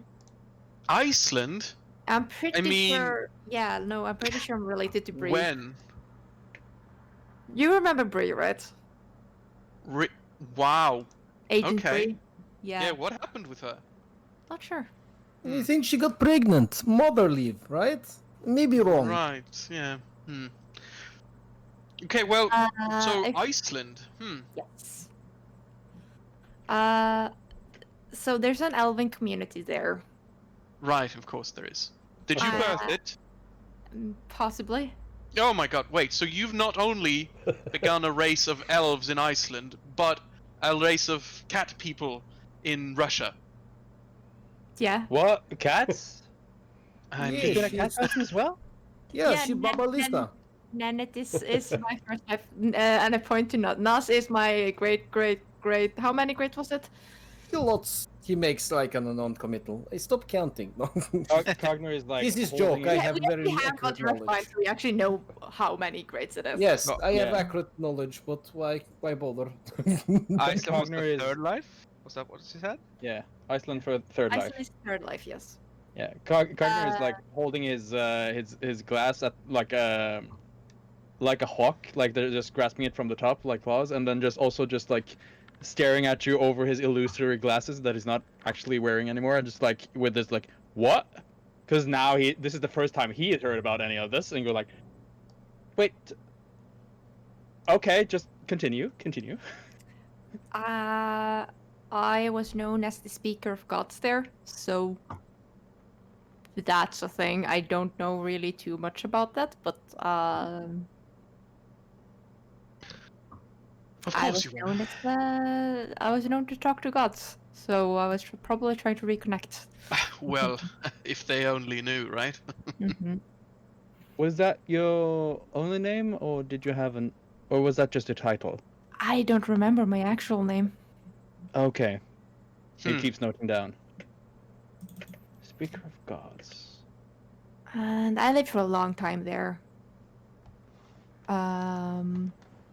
Definitely before humans came to Iceland. I mean, of course, yeah, because we can't have those explorers have anything really. No, Is it- though they came in 1870s. I mean, poor Vikings. The reputation for anything but doing the Viking raiding stuff is not really as good, and you're gonna steal Iceland from them now as well? Hmm. Well, What's- they never had it in the first place. No, obviously. All right. And I lived quite long until the 1500s. And at that point, did you have any memories of being Nanette? Would I know that? Like, how much would I remember that she would remember DM? Fun fact: your character, like Speak of Gods, would probably have been called Gustali, or something. I don't know, not exactly sure how you would pronounce it, but that is Icelandic for Godspeak, basically. Yeah. So So- probably I would probably know exactly who I was, But yeah, sorry. What was your question? but have very little way of getting off the island at that point in Yeah. time. So I'm very. There might actually be some clues up there, Hmm. just based on me being there in the first place. For so long? Actually, would one of the phylacteries maybe be there? There was supposed to be one for each, like north, east, Yeah, west. cardinal direction. Hmm. Yeah. There might actually be one there. I mean, what a place for a final showdown, eh? Let's hope. Jot that down, and then he points towards the animated Sharpie that starts drawing on the board. The actual specific years is this for her, that she was alive. So did you ask me a question? I probably did. Yeah, I think that's how much I remembered. Yes. Like Oh, from Iceland, and like how much would she have remembered of being like Nanette? Because I know Lissa's been remembering less and less in each life. Yeah. So The first couple of lives she would actually remember most, I think. yeah, so Deo was, I think I wrote somewhere or told you that because Deo is a druid because he was trying to become an animal again, like hoping that would restore the connection is to transform into a cat. Because that stage it was more of like you didn't realize the implications. It was close to jealousy. Like, you took my Katniss away. You didn't really realize that you took my deity away at that point. But then the third life was Speaker, who was more like, oh shit, I've lost my connection to Sekhmet. So you would have still known that you were Nennet at that point. But like by that point you sort of lost your identity as Nennet and your life, but you realized that you were still an avatar, which is why you became a speaker. So yeah, roughly like 1.5 life back each time. Next life was actually the monk. So the one that had a connection to Shadowfell. And him, we actually know exactly when he died because there is a specific battle he died in. So he died in 1565, but he was born in 1515. And this is the individual's spawn that we will be dealing with later on. Yes. I'm not sure if they are race number 3 that is started by. Yeah, I'm starting to sense a pattern that I'm not entirely comfortable with here, Lisa. Yeah, well, I I don't know if they are blood-related children or if they are. You are more prolific than Genghis Khan at this point. Yeah, I haven't even talked about Godfrey. I mean, what? Does it get worse? Well, Godfrey's better. half vampire. Yeah. You can just see like Nas is just smirking approvingly in the background. Rask, all vampires are indirectly created because of me. Yeah, I knew that, but can you really consider that a race? I mean, sure, they're like the most demonic evil thing to exist in our current sort of material realm, with the most vast influence and incredible powers, but not a race. Certainly a mistake, though. Yeah, no, not your fault. I shrug. I don't really believe you in that, but I let it lie. Although the elves and the furry people definitely your fault. Hey, hey! I take offense of you describing furry people as for somebody's fault. All right. He just up and down at himself. Your A furry great person. achievement. Just sort of looking at Nas. Also, I would like to point out that from between life 2, 3, and 4, only a couple of years pass between each rebirth. Yeah, that's strange, isn't it? The massive gap early on. I mean, what was Kentimentu doing during this time? Was he still trapped, right? He was still in the tomb, perhaps. He was. I don't know when he first broke out, like ages ago. I think we have some. We did find that out, didn't we? Yes. Yeah, no, yeah, we did. Yeah. Yeah, because he was, after he took your divinity, he was free for a while because he was ruling Egypt. He was free for a while, and then the pharaoh took him down. But then he was buried alive. But then he broke out. When was that? I do not remember. Because, okay, if Was you that were... like recent, or was that like ages ago and No, he's been running around? his breakout was reasonably recent because that was during the current Guardians of Hamunaptra's lifetime.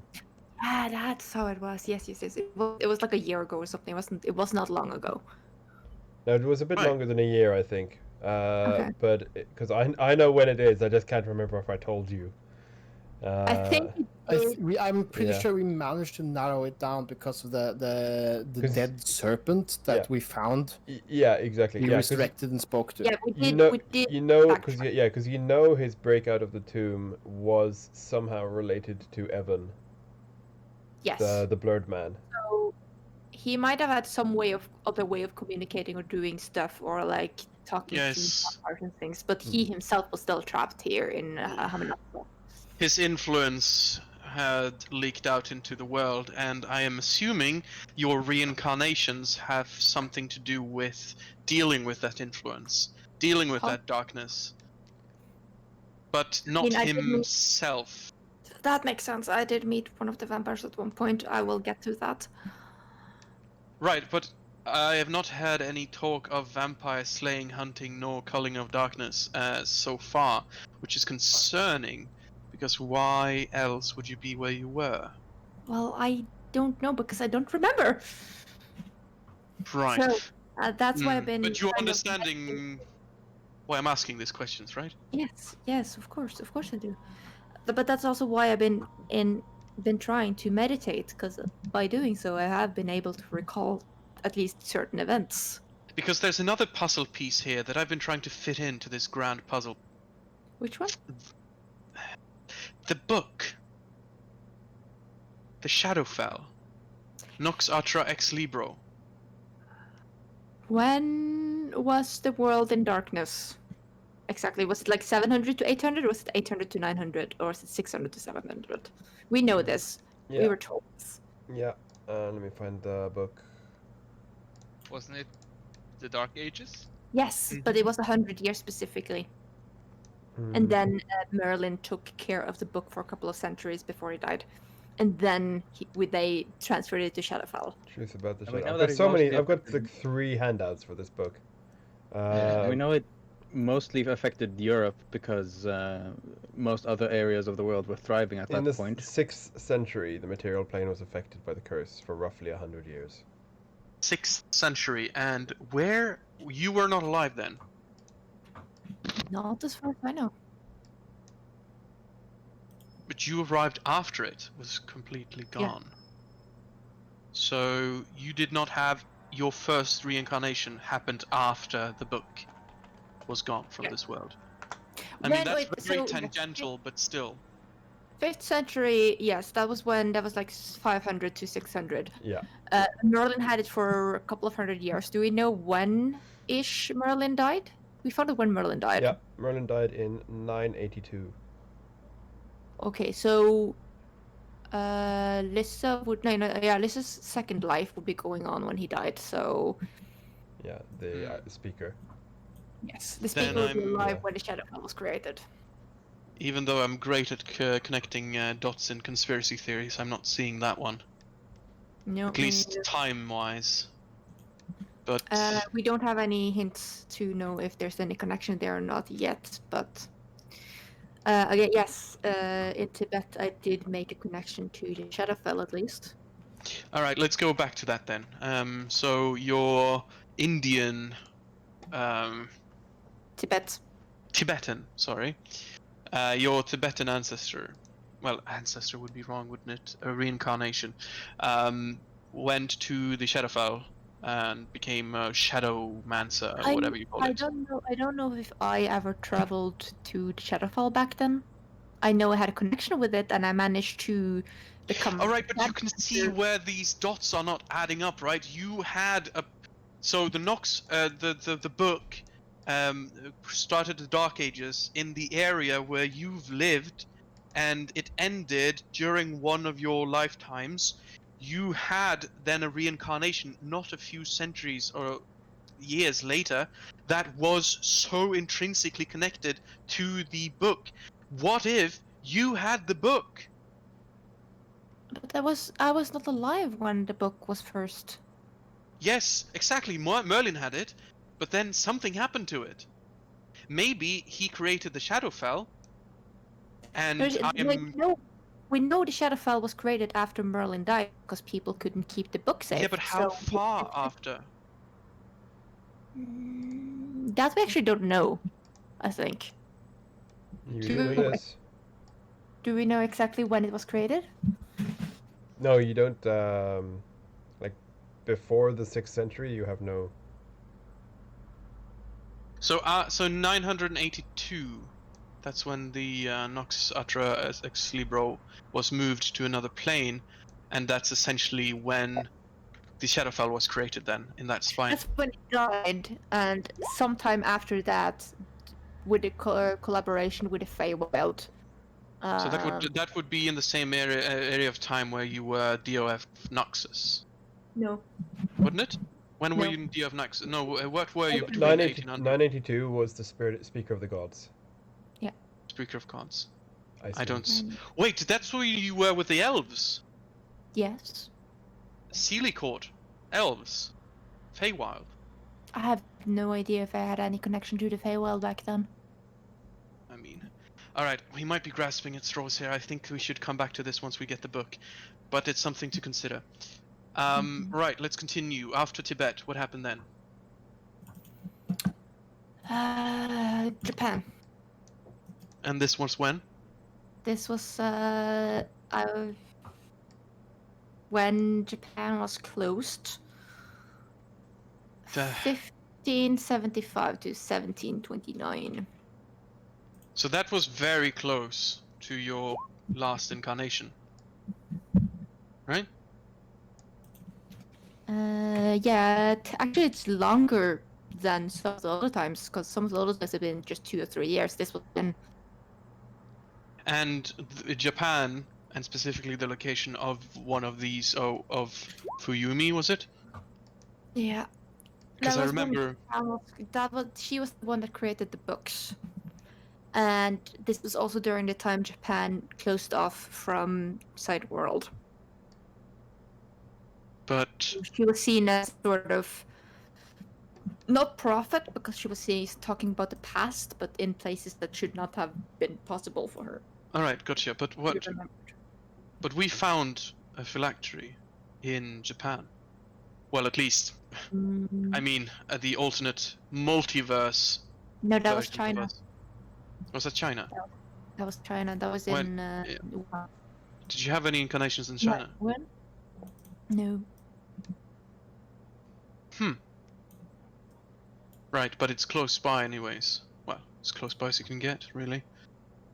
Same part of the hemisphere, at least. But the thing is, Japan was closed at the time, so there was no way to leap. Right, well, for someone like yourself, I should Oh yeah, leave. no, I'm not sure whether or not I specifically would be able to leave, but I have no idea. Right, scratch that theory then, continue. In Japan, after Japan. Yeah, no, at least in Japan, I think I made the books because I was realizing I remembered less and less. So I wrote down the books to make sure I could find them and remember again. Did you ever write down more about your mission? You seem to, at these last reincarnations, be a little bit less focused. Sounds wrong, but you know what I mean, right? I think I forgot. I So you remembered ended up. something I was missing, but I remembered I was reincarnating. I remembered there was something I needed to do, but I kind of started to forget what. Shame. Okay, continue. What was the next one? Next one, I was a First Nation. What? Native Canadian First Nation. Oh, really? That one I've not heard of. But I ended up, I was an elf. An elf? Yeah. Right. And I ended up pretending to be a man and get to Europe, because for some reason I needed to get to Europe. This was during World War One. Right. Why would you, in this era, a native and an elf, make such an effort to get to Europe? Not sure. I knew I think I was trying to get to Japan. That's But Japan was at war with everyone. No, Japan was on our side No. back then. But I was trying to get out, but as a native Canadian or First Nation, kind of hard. right, but that sort of just speaks to the importance of your mission, though, doesn't it? Yeah, well, I mean, I tried to get out, so I joined the army. I just got Right. sent to the wrong continent. we're going to be circling that one, and then he points again to the. And I met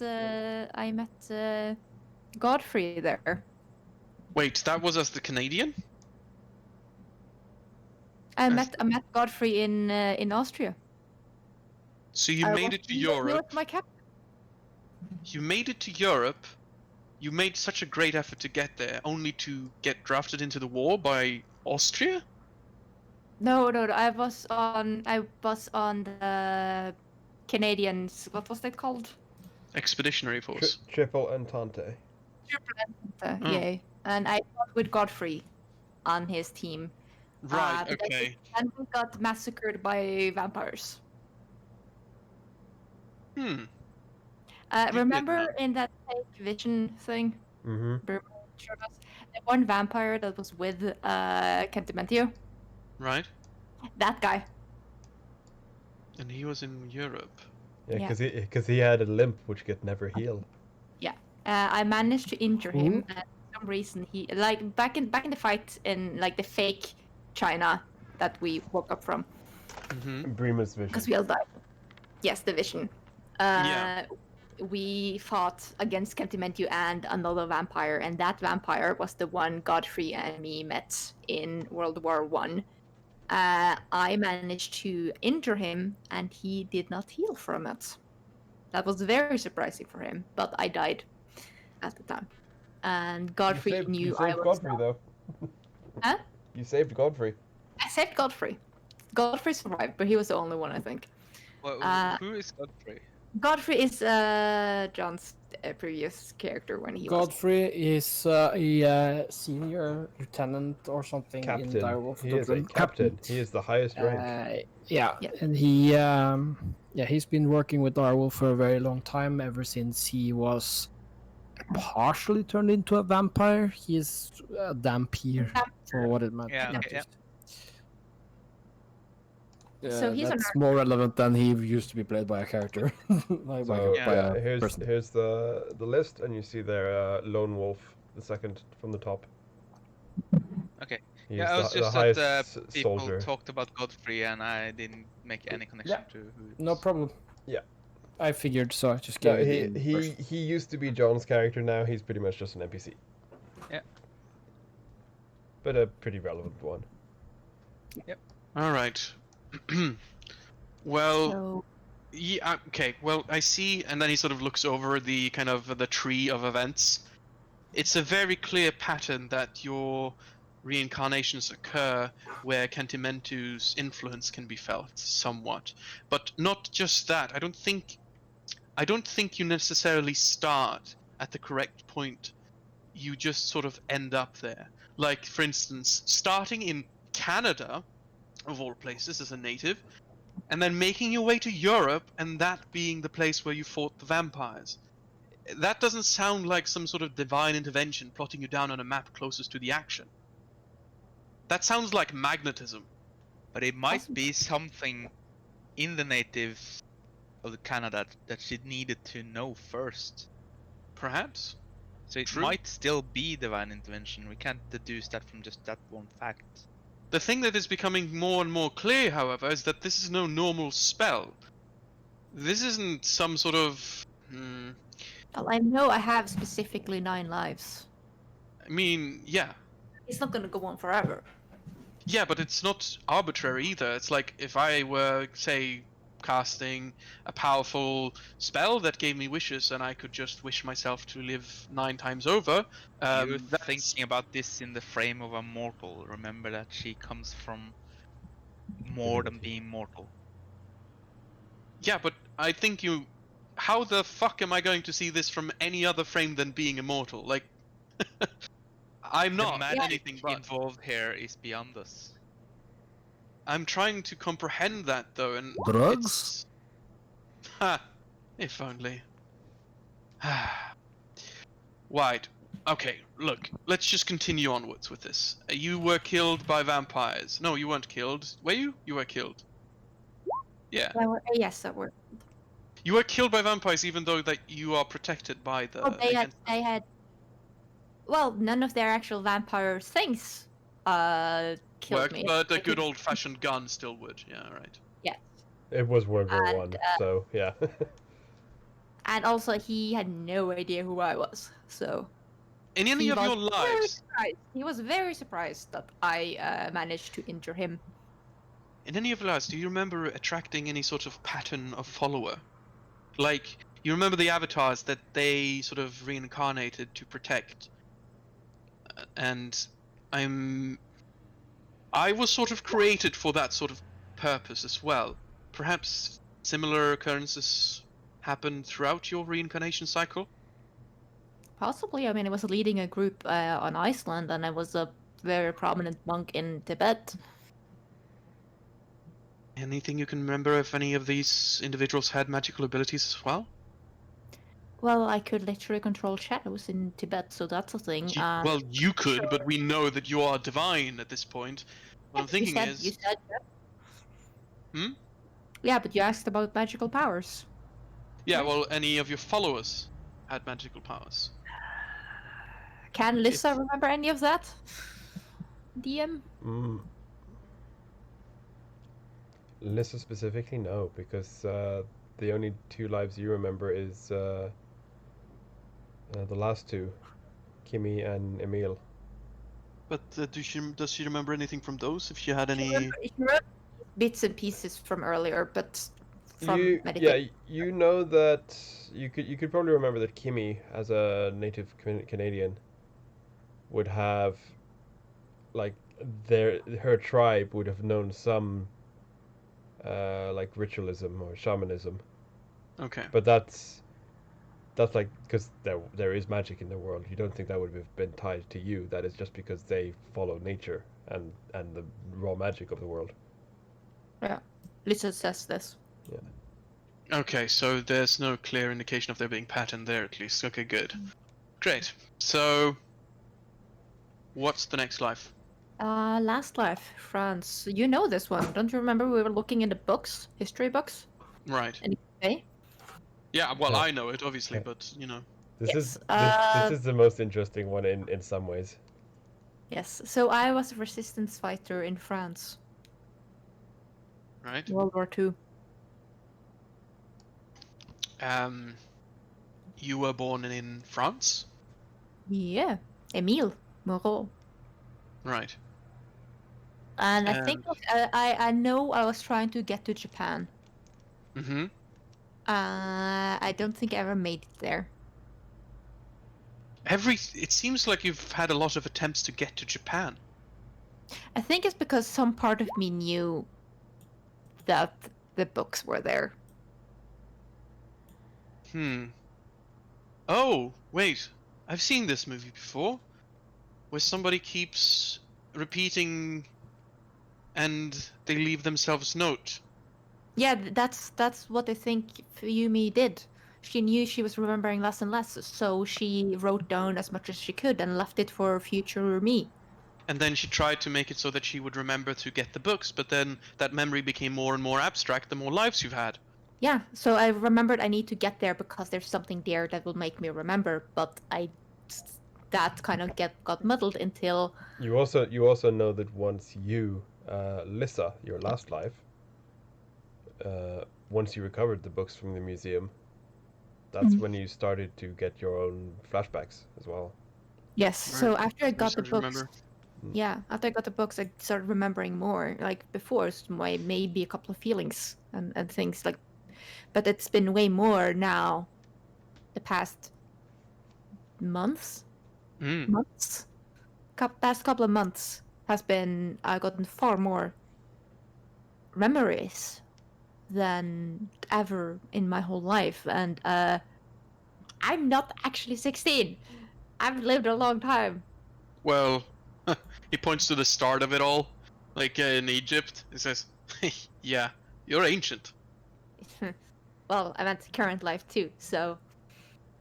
Well, yeah. Is it an aberration that you remained in your current age for so long in this life? I have no idea. Because that's not happened before. That's No. also strange. Okay, well, So what was the name of this French person? Emile Moreau. There should be a note, player note. It's not shared with everyone, but it's on stream. Yeah, okay, I will write it then. right. Okay. Well, I'm seeing a lot of patterns that I sadly can't place, but I want you to be aware of very aware of one thing. I just And like to then- point. I have to point out something because it's not relevant for your character's conversation now, but it's funny for the stream. And that is when you were in France or Germany, I can't remember. You went to one of the countries for one of your sessions a long time ago. Hmm? When you were there, Lissa helped her daughter cross the road because her daughter is an old lady. Okay. Oh yeah. You helped Emil's daughter cross the road. Yeah, during the Christmas break. Yeah, that was it. She took a holiday to France, That's so weird. Yeah, and she's apparently been doing this ever since she found out about Emil. So But I want, even though we couldn't make any major revelations here, I want you to look at one thing. It's probably been obvious, but I want you to realize and then internalize it. And then he commands the sort of Sharpie that he's had to now sort of draw a straight line through all of these lives, sort of indicating to you the sort of the simplicity of this. For all intents and purposes, you've lived one hell of a life. You've just had amnesia between them. And a bit of a nap. a bit of a nap. Yeah. But for all intents and purposes, you're still the same person. And you don't... I don't know if you've heard about the horribly existential concept that is, as you age, your cells are... Well, they die and are replaced to a point when you're, 17? There are no original cells from when you were born. But you still remain the same. So... And then You can tell from Bakar's look that he does not agree with your deducements there. So he just does like like an underline on like Lissa at the end there. More like yeah, well, maybe all the cells in your person is changed out by that time, but in Lissa's case, there are like completely different living entities. So you would need to transfer consciousness from one to the other, and so it's not the same. And you could say it's one hell of a way to reinvent yourself.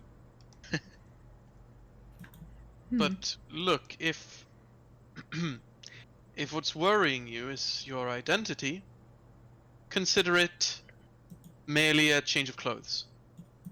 It might be easier for you to reconcile the differences. Although, yes, I do admit it's quite jarring to switch genders and ethnicities and languages and your entire Right. personality and race and everything in just a few years' time. But, not remembering anything sort of helps with that transition, doesn't it? Well, I remember something else happening before, but not what, so that's kind of jarring. And I take the pen from the air, and I make another line from Lissa and back up to Nanette. Mm-hmm. So it kind of becomes a circle. Yeah. Well, That's you are the Buddha. Yep. He just sort of nods and just looks at it. Rask, I was a monk. I was literally following Buddhism. Yeah. I know. I mean, I'm halfway joking. But still. I hope this sort of at least gave you some more clarity. At least gave us some clarity to your situation, because, as you might understand, it's very difficult to grasp all this.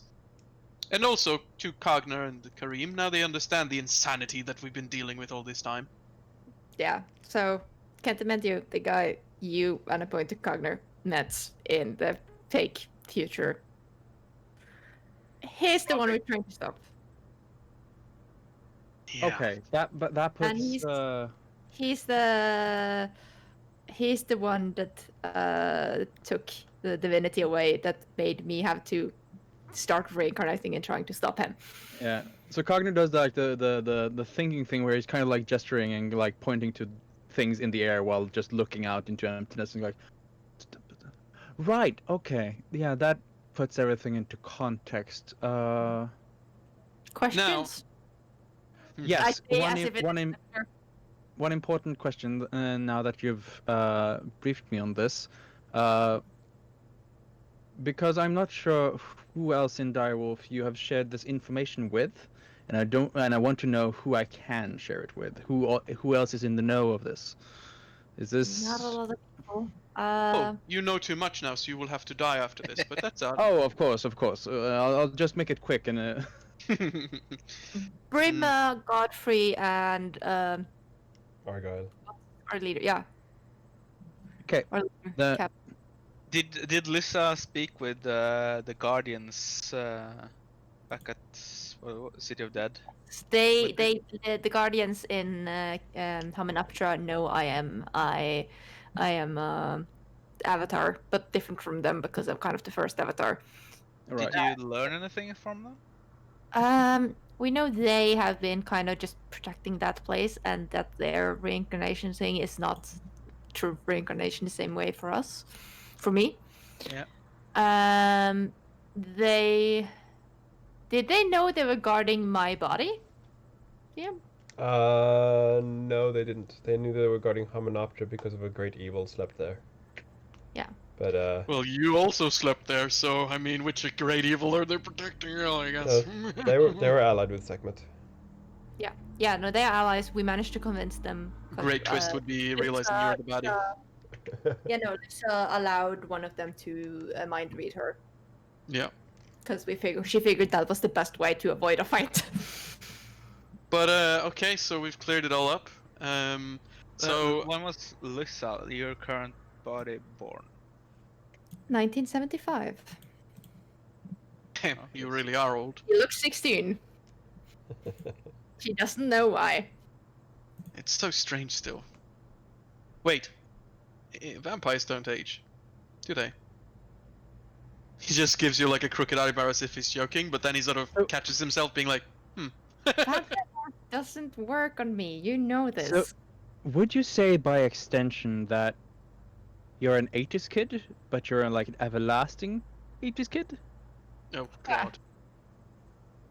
I guess. Out of character, this is super ironic because we're playing D&D and you're just an everlasting 80s kid. Yeah. Mm-hmm. So, like as we're clearing up, Rask commands his animated Sharpie to draw a line underneath, like a separate sort of line, which is the Rask line, which is tiny compared to like to Lissa, and then underneath it he does like a stippled line, and then he makes like a Pyrian line that is completely parallel, but starts like at the midpoint, and it just says completely different. See, nothing to worry about. And I then mean, I he think heads up. there's an entire slew of other things to worry about there, but that's possibly for another time. But just, Oh yeah, Alright. definitely. Now it's getting rather late, so let's get back. but Rusk, be nice to Tyrion, okay? Oh, I would never say anything to hurt myself. He says and smiles, and then goes up. Not on purpose. Oh, right. Yeah, no, you would stub your own toe. Yeah. Make sure you don't stub. Well, I've had a question. Jeeves, could you? Wait, Jarvis, that's your name. Could you not refill me? I need some water, please. Water coming right up. Thank you. Yeah, you should definitely be going to sleep now. We have a full morning ahead of us with adventuring and traveling the dreary landscape. Right. Alright, and then he like stretches and then off to bed, and then he leaves.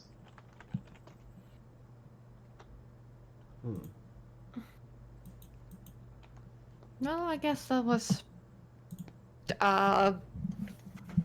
Wait. So eventful evening.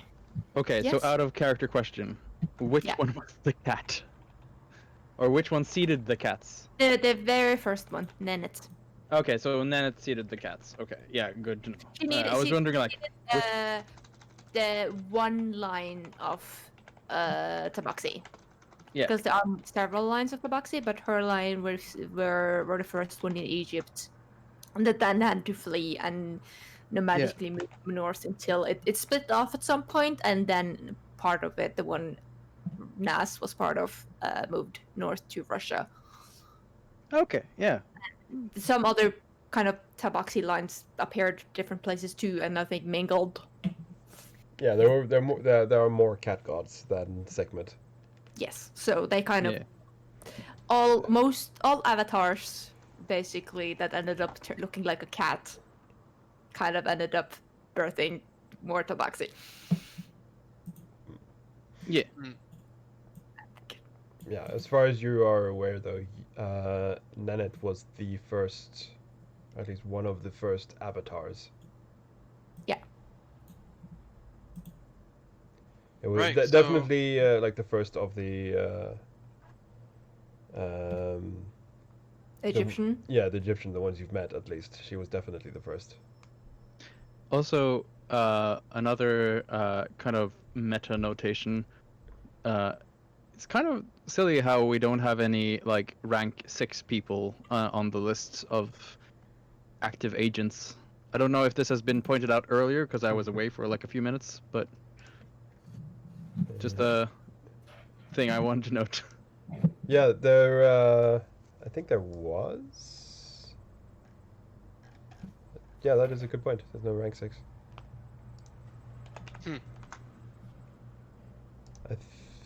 I'll have to check my actual drive for that, but yeah. Yeah. Either way, Yeah, it's irrelevant right now.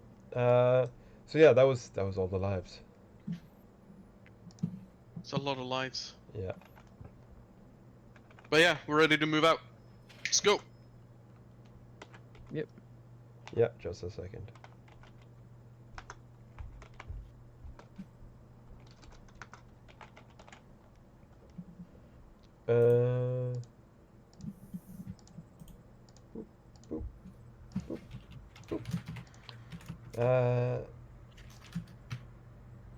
So yeah, you after the night's rest and the morning philosophies and conspiracy theories, you start to head out again as you travel north. Cue Lord of the Rings Check music. this corner for a shadow dragon. Roll a perception. It was there before. By the way, Matthias, you There's a shadow dragon. No, just kidding. Just let me know I wasn't aware I was muted. Thought so. Sorry if we have ignored you and you've been Yeah. talking. But there is actually Shadow Stalkers. Sorry. I'm not joking. Roll initiative. oh no! So I'm I assuming had- it's the next day, just so Yeah, I this is can the next. This is the next day. You can all heal up and get your slots back. Because as you as soon as you like remove the portal to your mansion, you get an eerie feeling as these shadow hunters also attack. gonna get Mao.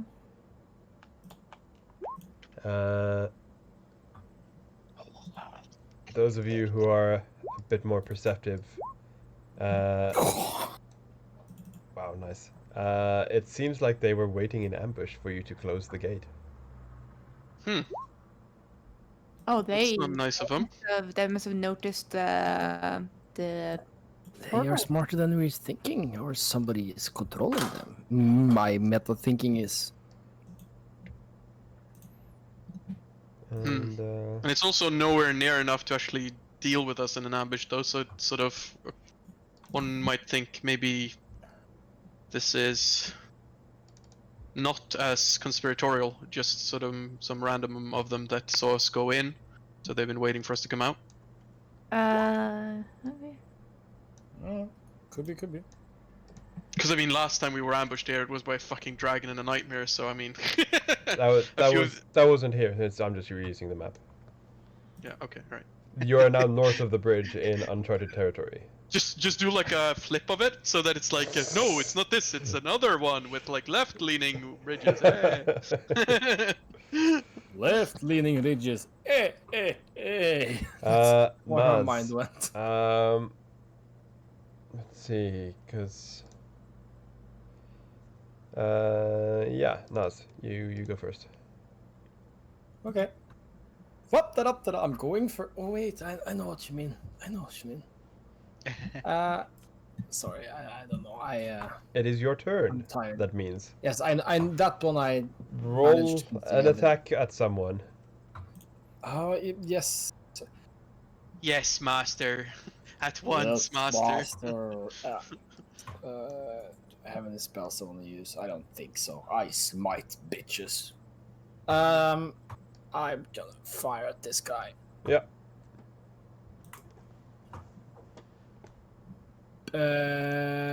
How the fuck does that work again? It's my first turn. Yeah, you have ambushed Red Yeah. Ambusher, so you get an extra attack, and that extra attack gets the extra Yep. damage. Yep. But I roll for 14, That's a hit. and he should be able to see me. Nice. Yeah. And I have not used my bonus action to mark him, so he does not take the hunter's damage. And The I think necrotic is full on, so if he ignores that one, you can half it. I think they do. he takes half of necrotic, which is 2. Yeah. I don't remember. Can I take my bonus action now? Yeah, but you have another normal attack as well. I don't want to You take have it yet. I don't want to take it yet. Okay. You have to. Yeah. You No, have you to. don't have to. Are you sure? Extra attack? You take 1 attack action and make 2. Yeah. No, because you can technically move between then them as well. Yeah, you can. But yeah, you can but move. move is a Yeah, different thing. I you can can live move. with You it. cannot cancel the action 16 and then to do a hit. bonus. Extra attack just means you can take ignore, up to 2 Yeah, attacks. yeah, but he can't delay it. and that should be Oh, 2 yeah, necrotic damage from that one, plus 17 ballistic. Yeah. Yeah, you can split it Then- between movement, but not rounds. No, that was not what I was saying. Sure. Yeah, okay. I am pretty sure I know what I'm meaning, and I'm pretty sure Thomas know what I'm meaning, so I'm Yeah, happy okay. with that. I'll just stay confused. Yes, I can I also talk to you forgot- afterwards.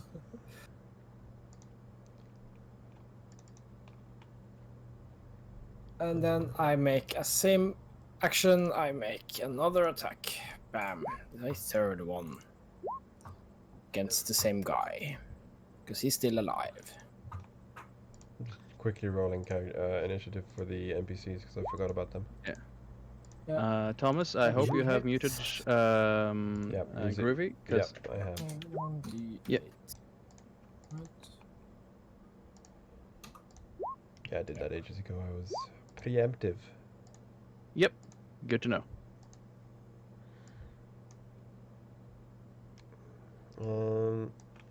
Right, now initiative has been rolled again, and let's see. There was a third attack. Yeah, it's for 20, and then that is Yeah. the. The third attack, if they are resistant to necrotic, should do 25. Okay, thank you. 25. Yeah. Still alive. Still alive. And imagine, guys, if I did Hunter's Mark, I done more damage every round. Wahaha. That does mean I have my bonus action remaining. And Which with you can my use to do bonus another action- attack. Which, no? How? A Dread Ambusher, like we just said. You get another attack as a bonus That's not action, how don't you? Dread Ambushers work. Trust me. You read it. But that's not how it works. Instead, I am just going to cast First Step. Why Oh yeah, not? because you First don't Step. have extra attack. So you only get 2 attacks when you He's done- Dread Ambush. I get 3 He's attacks. done 3 attacks. Okay. So I can do that one, and so I'm going to teleport myself up here. Why not? Mm-hmm. Brask. Council waiting for us. Everyone in position. And he uses the thing that he always uses. Mm-hmm. So this is Mantle of Inspiration, isn't it? Yeah. And he's going to target Darius, make him fly up. Mm-hmm. So he's gonna go up like 40 feet. And Kari, Lissa, and the archer as That's well. Let lucky. him get in. Yeah. Actually, no, the archer doesn't need to get in position. He's a badass. The priestess and this guy. Did we get 14 temporary hit points? Yep. Okay. So these two can also move. I think more or less everyone is before me, so I wanna. You probably want to hold these two up because otherwise they have free reign. Okay, I'm gonna stand actually in front of Asaki then, because Asaki is a ranger. And I don't want anyone to get into melee with him. He's Oh, gotta protect that pretty face. Yeah. all right. So that was Did not move Mal, right? no. No. Okay. No, I have used all my all of the ones I can do, and then I'm going to see dissonant whisper because for some reason the priestess didn't want to get close. I guess, but all right. She has a whip. Yeah, dissonant whispering this guy. Mm-hmm. So let's see, dissonant whisper level 1. So wisdom save.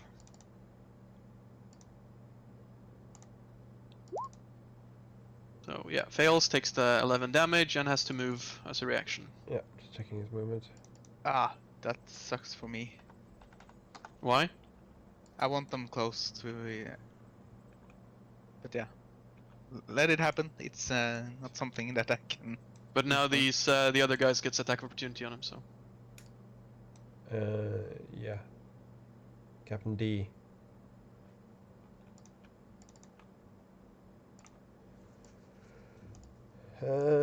Gets his scimitar.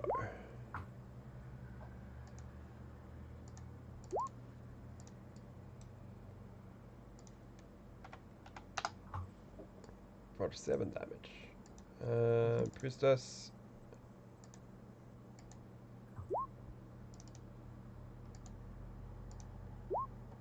For 7 damage again. yep. And then I'm going to move up here, and that's my turn. Then it is Captain A. Or not Captain, he's just a soldier. A. He's going to go over there. Multi-attack, 1 stinger. That's the enemies. The drow don't have stingers. 2 short swords. Wow, they both miss. B.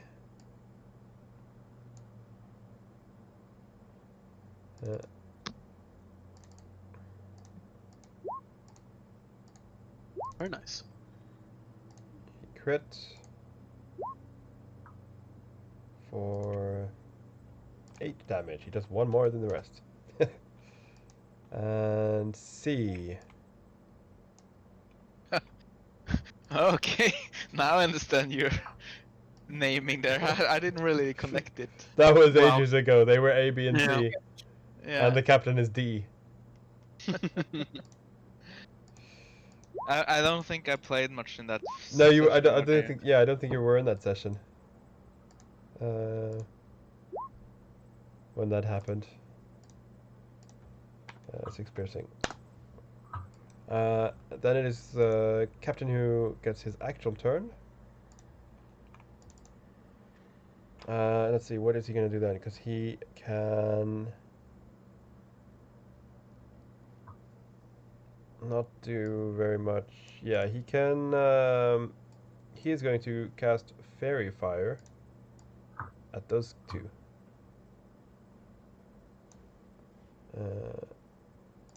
So I'll just do that so that I can find the dex saving throw. It doesn't say his DC, that's just perfect. He has a DC of 13, so it's not very high, sadly. Doesn't matter. Wow. So there are now 2 I'll just do 2 shiny boys. I'll just do green. That are easy to hit. And Bakari. He's also gonna move to trap that guy in. Bakari is casting a spell, Mhm. and it is basically gonna box in 40 by 40 feet. So yeah, not this guy and not the one who escaped up here. Mhm. Everyone else needs to do a wisdom save against slow. Ooh. DC 18, I think is So correct. Yeah. the trapped guy first. He is slowed. I'll just do that for now. I'll fix them later because. And then there's the 2 at the bottom who are fairy fired. Left one and right bottom one. Wow, they are just getting so debuffed at this point. Uh-huh. Fairy fired and slowed. Uh, The easiest targets. So dex saves they will suck at. yeah. And, those the AC. only ones you hit? No, the two on the ridges as well. This one as well. Okay, No, not that one. not the bottom No, one. but Okay, so this one does. just the one up. Okay. Yeah, so 4 of them are hits. All right. Yeah. No, they. That sucks. I'll use the boot now. Right. Kick them. And yeah, Bakari probably will step up here. That's his turn. Hmm. Then it is Mao. Mao. That's a -2 to AC. Half movement. Smell? No, No. the enemies. Okay, it's going to They're AC Try. linked. I'll just have to remember. here and take the one that's in front of him. Yep. Good multi attack. So it does 2 damage, 2 attacks. Mm-hmm. 16 16 is a hit. for 14. He's dead. Gonna jump straight over and attack the second one Mm-hmm. for 16 Hit. Got that background noise. and 9.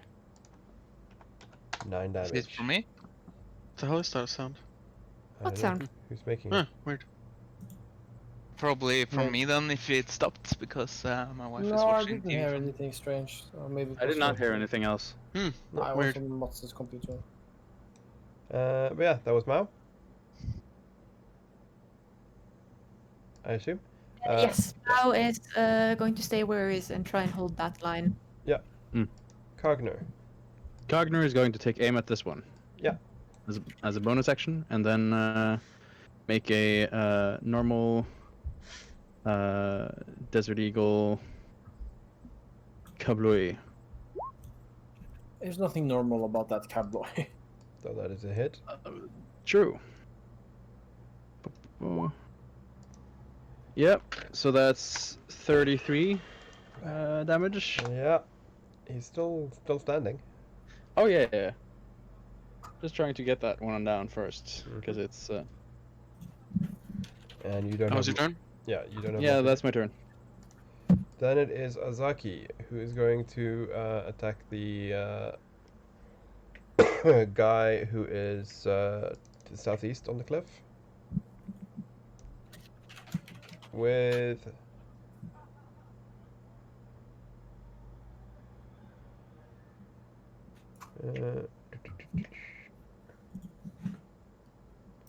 bursting arrow.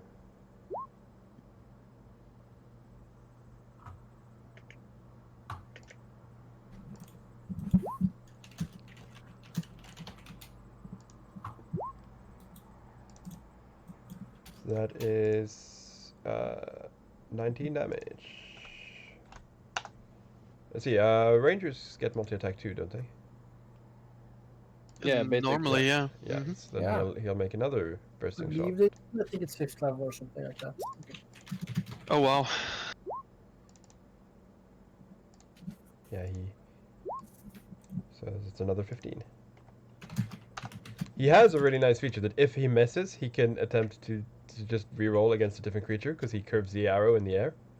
But he apparently doesn't need to. And he is just going to step there. And then it is the stalkers. So there is the one on the cliff first. He's going to jump down there.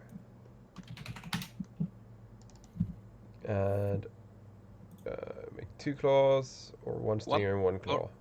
What? Doesn't it make just one attack?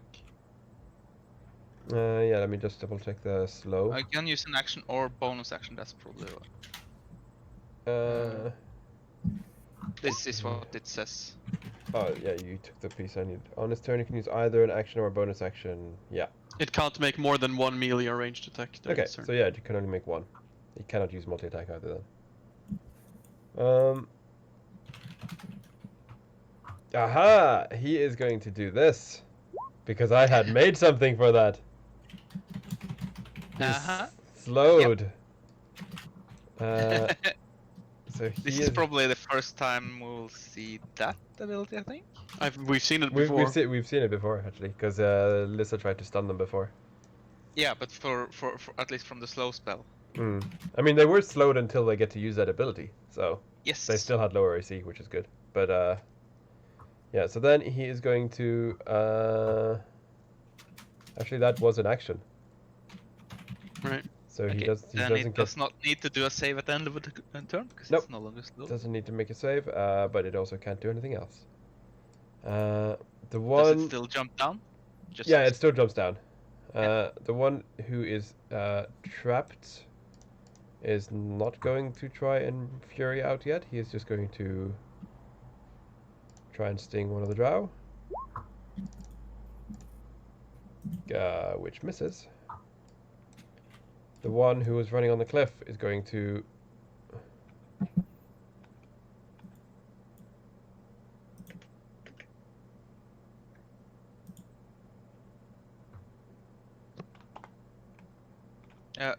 it didn't does a save then because it did something Yeah. else. Yeah, he's going to run over there. Yeah, he does his save. And fails. This guy runs up and he is going to strike at Vrask. Claws. Miss. Stinger. Hit. Yeah. Mm-hmm. 9 damage and a con save.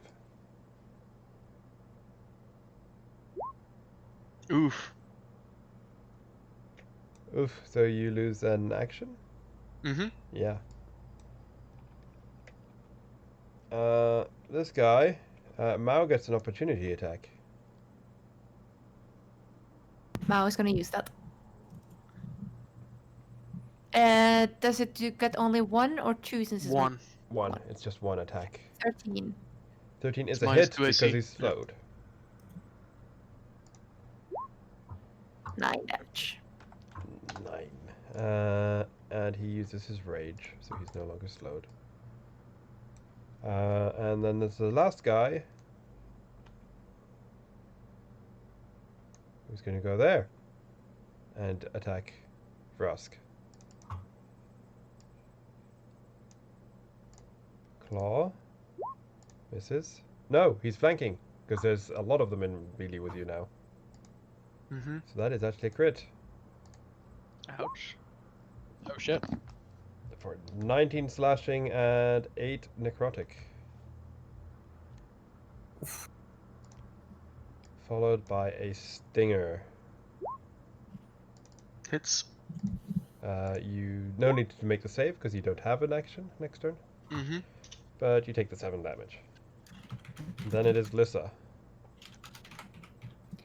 Yep. Lissa looks around, sees everyone is going for Rask, so she's gonna teleport over to this side to get advantage on the first attack. Mm-hmm. And You do not have flanking. No, but No. I am just gonna get rid of it so that Yeah. Rask has a way to run. Yeah. Yeah, no, flanking works differently. It's you need 3 people, right? Or Yeah, something. you need 2 allies adjacent. Wrong Discord, Torbjörn. Wrong chat. But yeah, You know what? She would then have right. actually teleported there. Yeah. Just one spot. yeah, you have flanking on that guy. She would just have walked because she would get the advantage on anyway. Yeah, And keep her thing. And startling into 24 That hits. for 5, 24 Hits. for 7. Flurry blows. 30 there. That's a So crit. it's a crit. For 12. And 16 16 hits. for 11. That's a kill. Nice. I was just like, oh, can you make it? He had 8 hit points left. Can you make it? It's like for D8, that is still a close call. Yeah. So I lay at him and I stand with my hands ready to in a martial arts position. Mhm. And yeah. I stay where I am just in case I can provoke any of them to attack me instead of Rask. Yeah, so the soldiers were A, B, and C, and then the captain was D, and then we've got priestess Evie. So she is going to. Does she have any useful spells? Not any that I can be bothered to do because they're too much maintenance. Summoning stuff. So she is going to Ray of Sickness. No, because that's poison, which they are immune to, and she knows this. So she's just gonna scourge the. She needs to step down. No, she'll step over there. Then she's in range of 2. And she's gonna scourge the one next to Rask. And she does have multi-attack.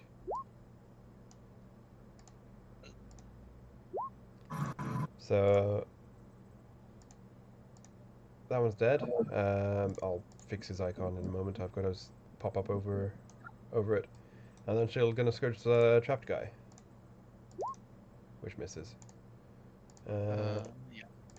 Right. Naz. It's flanked and slowed. I don't know if that Yeah, changes things. flanked gives her advantage. Yeah. Which is still a 9. And slow, he's not going to have 11 AC. Close though, he has 12, but with slow.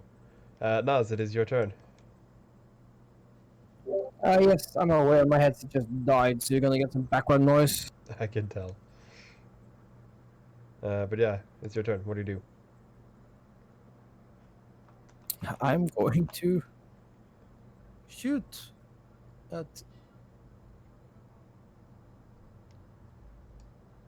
this. Yeah. He's not prone, right? It's just flanked. And slow. And slowed. So you have advantage, and he has -2 AC. Looks like we got this, so like there's no critical targets. So.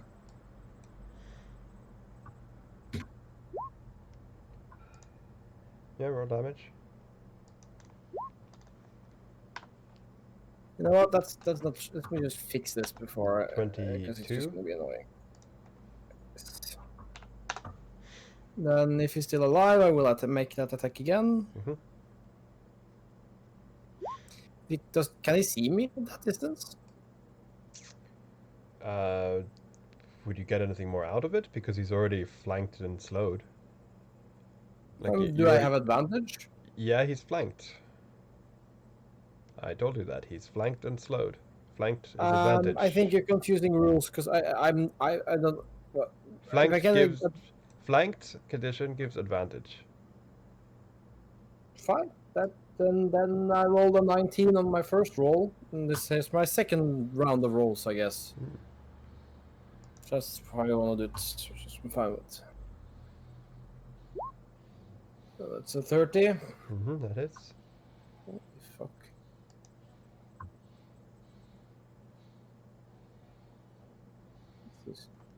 Sorry, I was just like, how the fuck do I get 30? Well, okay, fine. Or 18? No. Yeah, Mhm. that is the correct necrotic. Yeah, Mm-hmm. Still standing. and I'm happy being where I am, so I don't want to bother moving. Yep. Rusk. You are starting to annoy me. I'm going to use a bonus action to use a spell a thing I've not used before, which is Fey Presence. And I'm going to frighten these nearby me here. Hmm. So everything, so even Lissa actually, and Azaki. And, well, actually, those are the only ones. What did you say is happening? You need to will save against me. Because every creature Yeah. gets this save in the 10-foot cube originating from me. Okay, that's Oh, stupid. yikes. A shadow demon made of pure shadow and hatred is not immune to fear. just FYI. So I mean, hatred isn't the same as self-preservation. no. You can So- always cast summon bigger fish. Yeah. So that was a wisdom save. Going left to right. So, no. Both of them Asaki. are feared. Asaki needs to save too, Oh, right? he's in range as well. Yeah, because Yeah, he's sadly enraged. Because I go Galadriel, like, negative, negative mode. Mm-hmm. Sadly, he does not have advantage. Yikes. So I fear your boyfriend. I frighten your boyfriend a bit. And you Sorry. frighten me. Yeah, sorry. Even if you have plus 11 wisdom, You know Jesus why you Christ. frighten her? Alright. Okay, yeah. Because she's had a heart to heart about you getting a bit more down to earth, and you're just like, no, fuck this.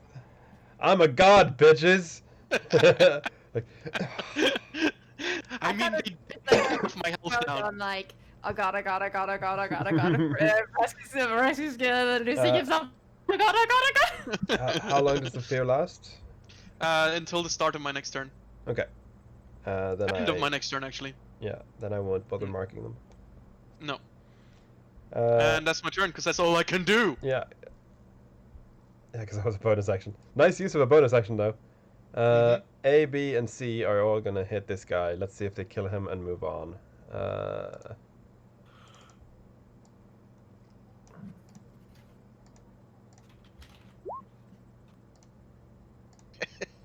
A misses, sadly. No. Yes, First yeah. attack should hit. Yeah, actually they both hit because that guy is still slowed. Yeah. So actually, yeah, that's true. They both hit.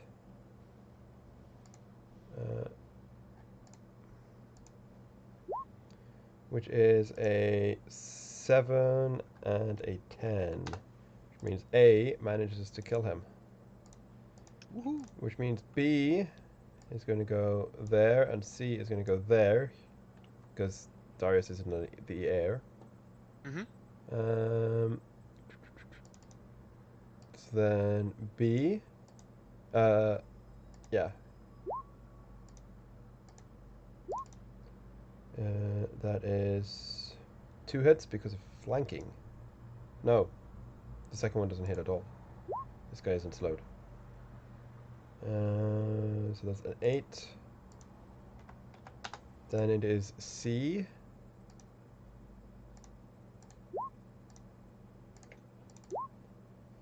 With 2 hits.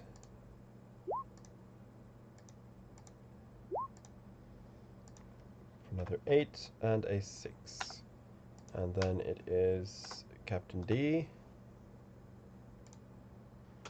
who is not in range, but he can go there.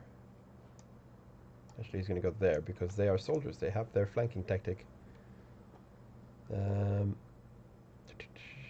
House Captain, that's the one. 1, 2. Actually, I noticed. He has 3 attacks, 2 with his scimitar and 1 with his whip or hand crossbow. So he's going to hand crossbow the guy because he has close range feet. Oh, damn. Oh, damn, indeed. Actually, because of flavor, he's going to hand crossbow the other guy. Just because he's like, it's cool to hit multiple people. He is flanking. Sadly, he still misses with both his scimitars, but he crits on the other guy, which is nice. Oh, wow. So 11. And I think that is a poison, yeah, which they're immune to. That didn't roll crit, it looks like. Or Yeah, okay, +1. it did, yeah. And yeah, +1, yeah. Bakari. Bakari will mind spec this one. Yeah. No, mind sliver, I mean, not mind spec. Yeah. Conserving resources now that we have this under control in his eyes. Shadow Hunter. Int save. Oh, he's lucky. That I Alright. believe is 0 damage because it's a cantrip. It does. Yeah, it does nothing. Mao. Mao is going to and run up here and attack the one with that has flanking Hmm. to get advantage. Technically, they both have flanking. Oh, I'm doing the one on the left. Yeah, the trapped guy. Yeah. 14 So is a four- hit. 7. 7. Yeah. One more. 21. Over 9. Good job. Cogner. Yeah. There's several that have flanking. Yeah, they both have. Yeah. Close or far, close or far. This one is glowing. Oh, it's glowing as well? Yes. Yeah, it has very fire on it. Oof. Oof. So it's emitting light. It is, it's not a strong light, it's more just, like, the Drow's fairy fire because they grew up here. Like, your fairy fires would emit light, but the Drow's, they have, it's more like just a heat outline, kind of. Okay. Yeah. It is adapted for their dark. Yeah, okay. So Right. no It's- need to panic. Less of a light and more of a lack of dark. Yeah. Yeah. It's like anti-Batman. So yeah, he looks at it and goes, "Kabui, 20 is a hit. oi, holy crap!" Oh, wow. So yeah, that's 36. Yeah. He's definitely dead.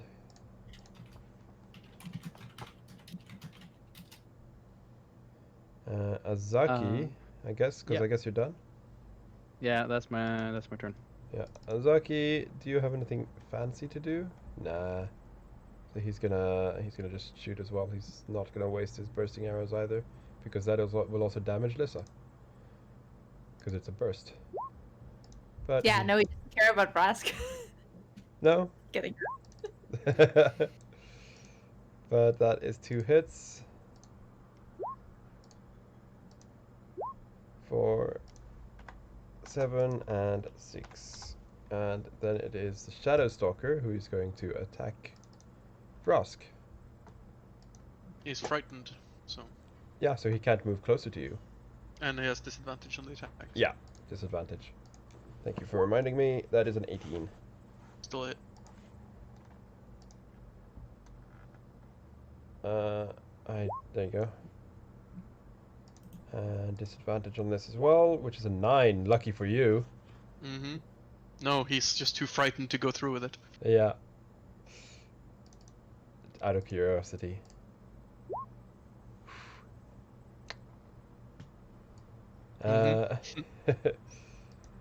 Yeah, that was his turn. Lissa.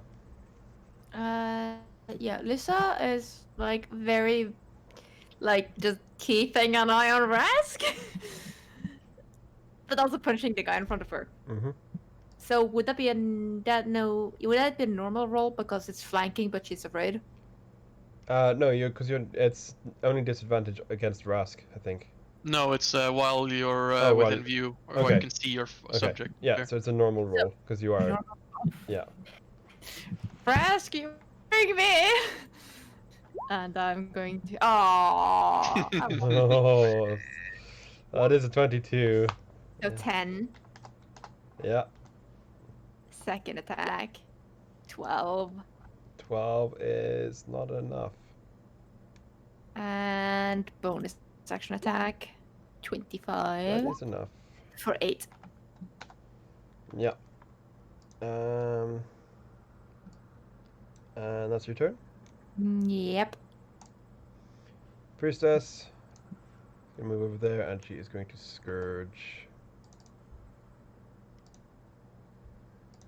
Not once, but twice. Not twice, but thrice. And it's flanked, so they both hit. If only they weren't immune to poison. I know, the jar poison is strong. That's 11 total. And Naz. You're muted. Matthias. He might be muted because he's trying to fix his headset.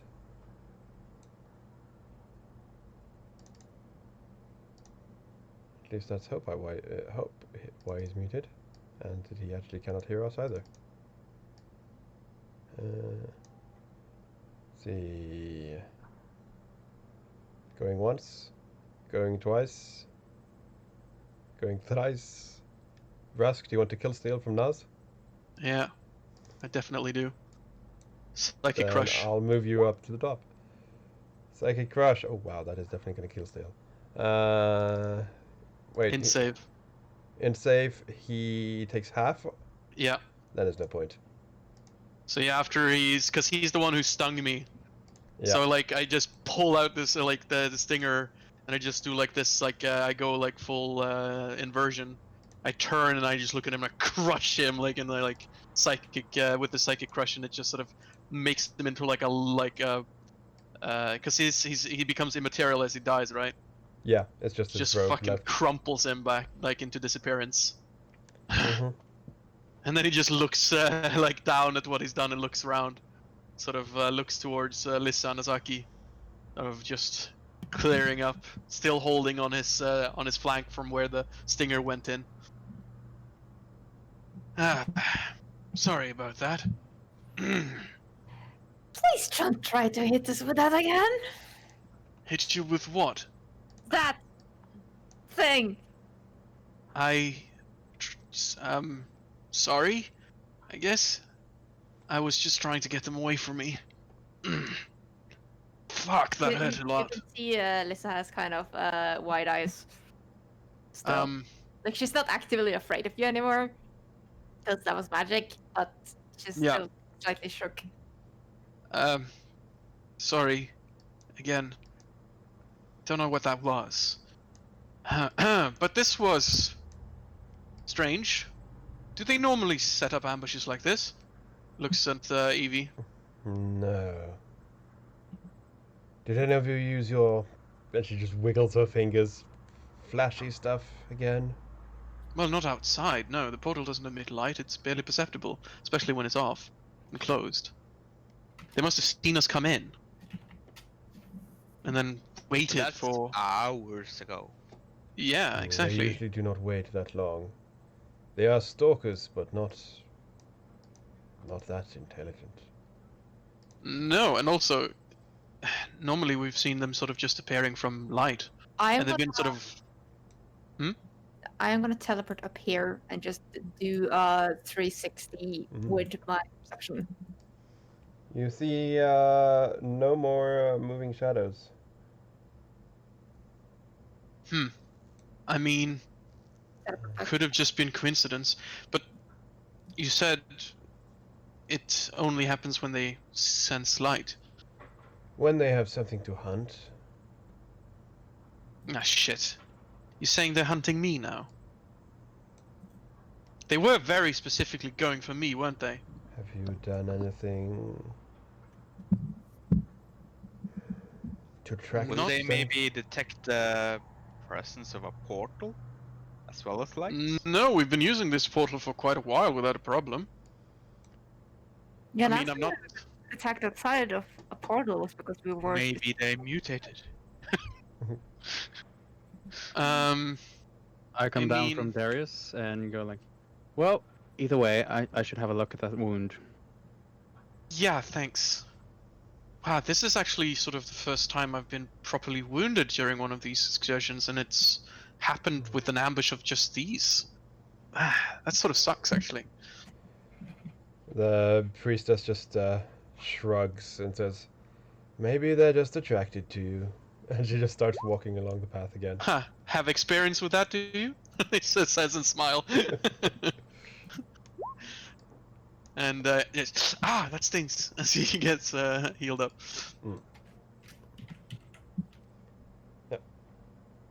Feel free to heal me there. So Matthias is moving his character, but he's not speaking. Yeah, I assume that just he's trying to say, "I'm here, guys. Why can't you hear me?" Hi, I'm back. Okay. Oh, there you are. And we can go over here again. Do we learn why they were waiting for us? Nope. It was really weird too, because we have not been using lights. And they were going specifically for me. So just FYI, I was thinking maybe to take a quick break now, but I'm also thinking that I know what the map looks like, and I figure we can just get to Rockmount and then maybe do a bit of short roleplay and then call it a session instead. Okay. What do you guys think? Or do you really want a break?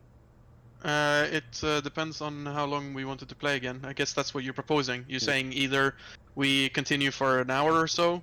No, I'm saying like or- either we continue like maybe 10 minutes, 15 minutes, and then stop. And then call or, it. Yeah, or take a break and then maybe play for half an hour.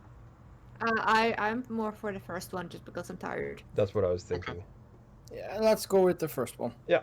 Okay, so we just press on for now. Okay, just tell me how much time we use from the battle and up to the from now up to the city, so I can put it into time. Did you already add up until you slept?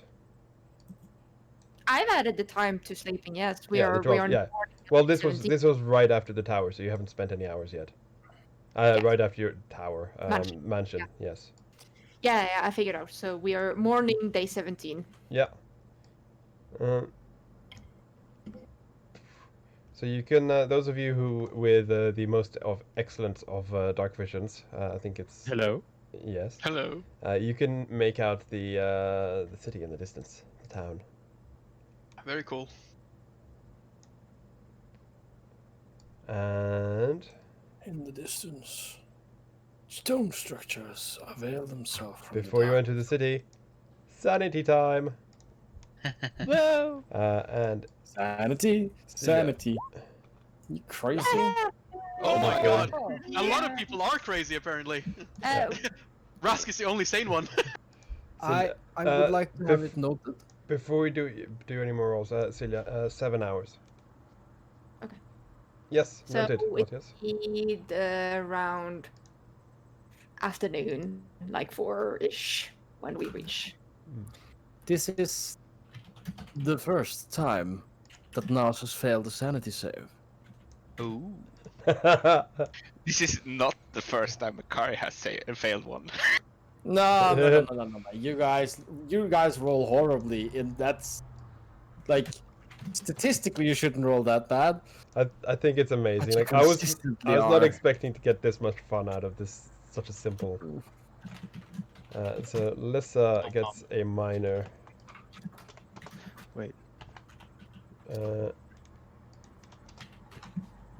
Then it was Naz. Yes. Oh wow, Naz, you're only at +1 now. Oh no! Like above your starting still. Bakari gets a minor. Yeah, minor. In almost every session. Cogner, Yeah, you've been consistently Legit. just like tanking. if you have more than 10 sanity, so My sanity score is 12. Yeah, so then you go to -3. So then you get a minor as well. Fun My times! first. Three people are getting minors at once. This is when we get the good RP, guys. Madness. You don't have to be crazy to work here, but it... Yeah. But it helps. So that means Vrask, Lissa, Bakari. No, I don't get one. not Vrask. You already were there. Lissa, Bakari, Cogner. That's it. D20s from each of you.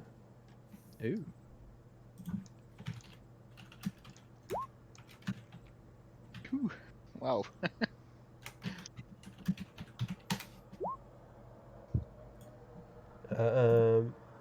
So Cogner first.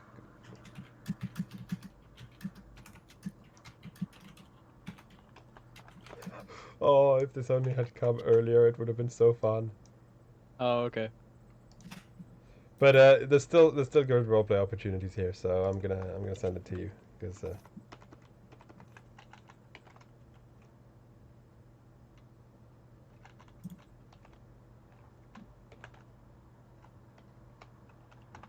I think you'll appreciate it. You.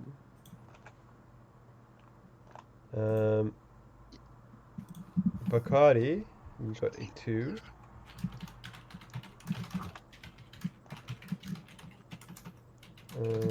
Just find you, Marius. There you are.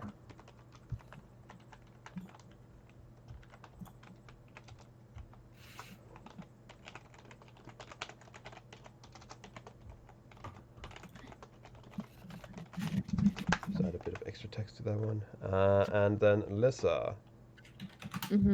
8.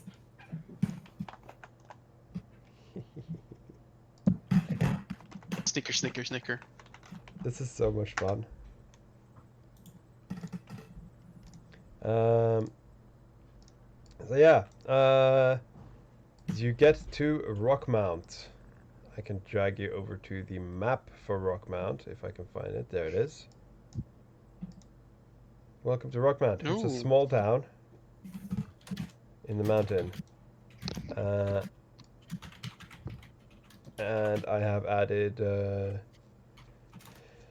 some stuff. Yeah, so when you get to the town, the priestess Evie, I can do.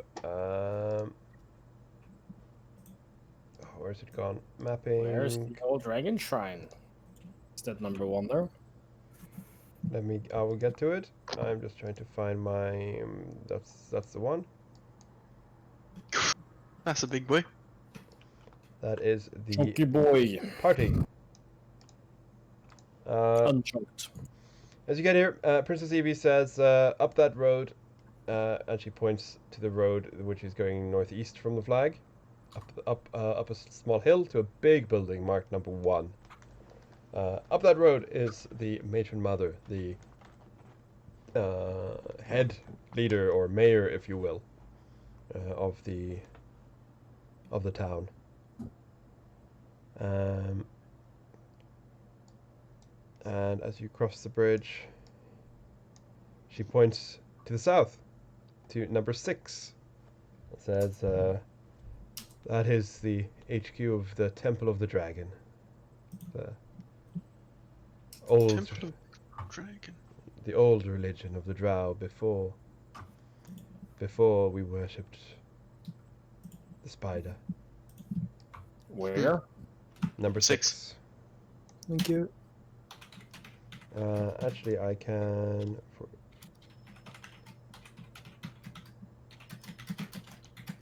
I can just do this. Actually, Number 7 is a tavern if I've ever seen one.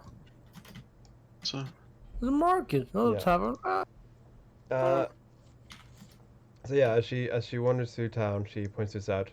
2, 3, and 5 will be revealed when they become relevant. She is not pointing them out. Let's go to 2, knock on the at this door. square And say, here. "Who is here?" She points towards the number 8, saying that is the Church of the Spider, which is where I will be going for now. We have a potion brewer on the outskirts of town up there. She roughly points towards number 4. And if you need to do any trade, we have a market building, and she points to number 7.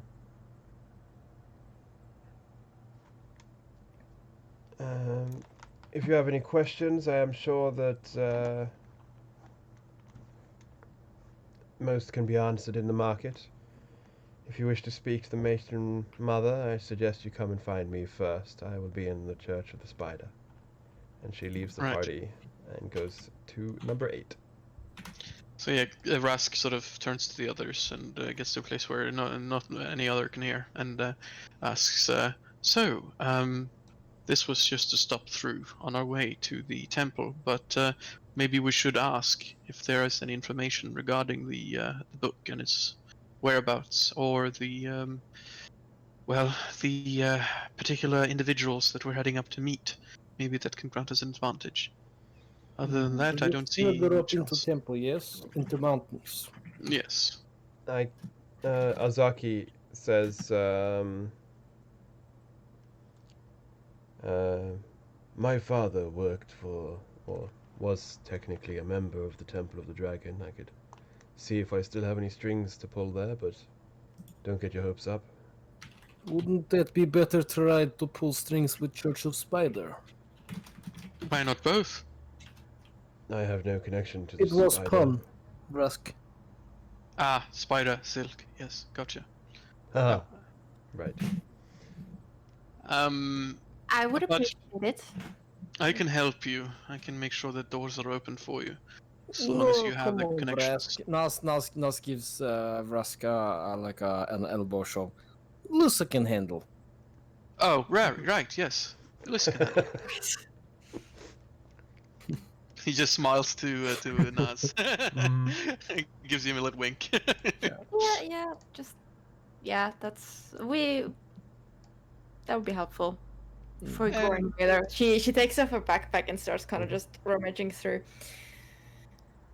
And we'll deal with the Temple of the Spider.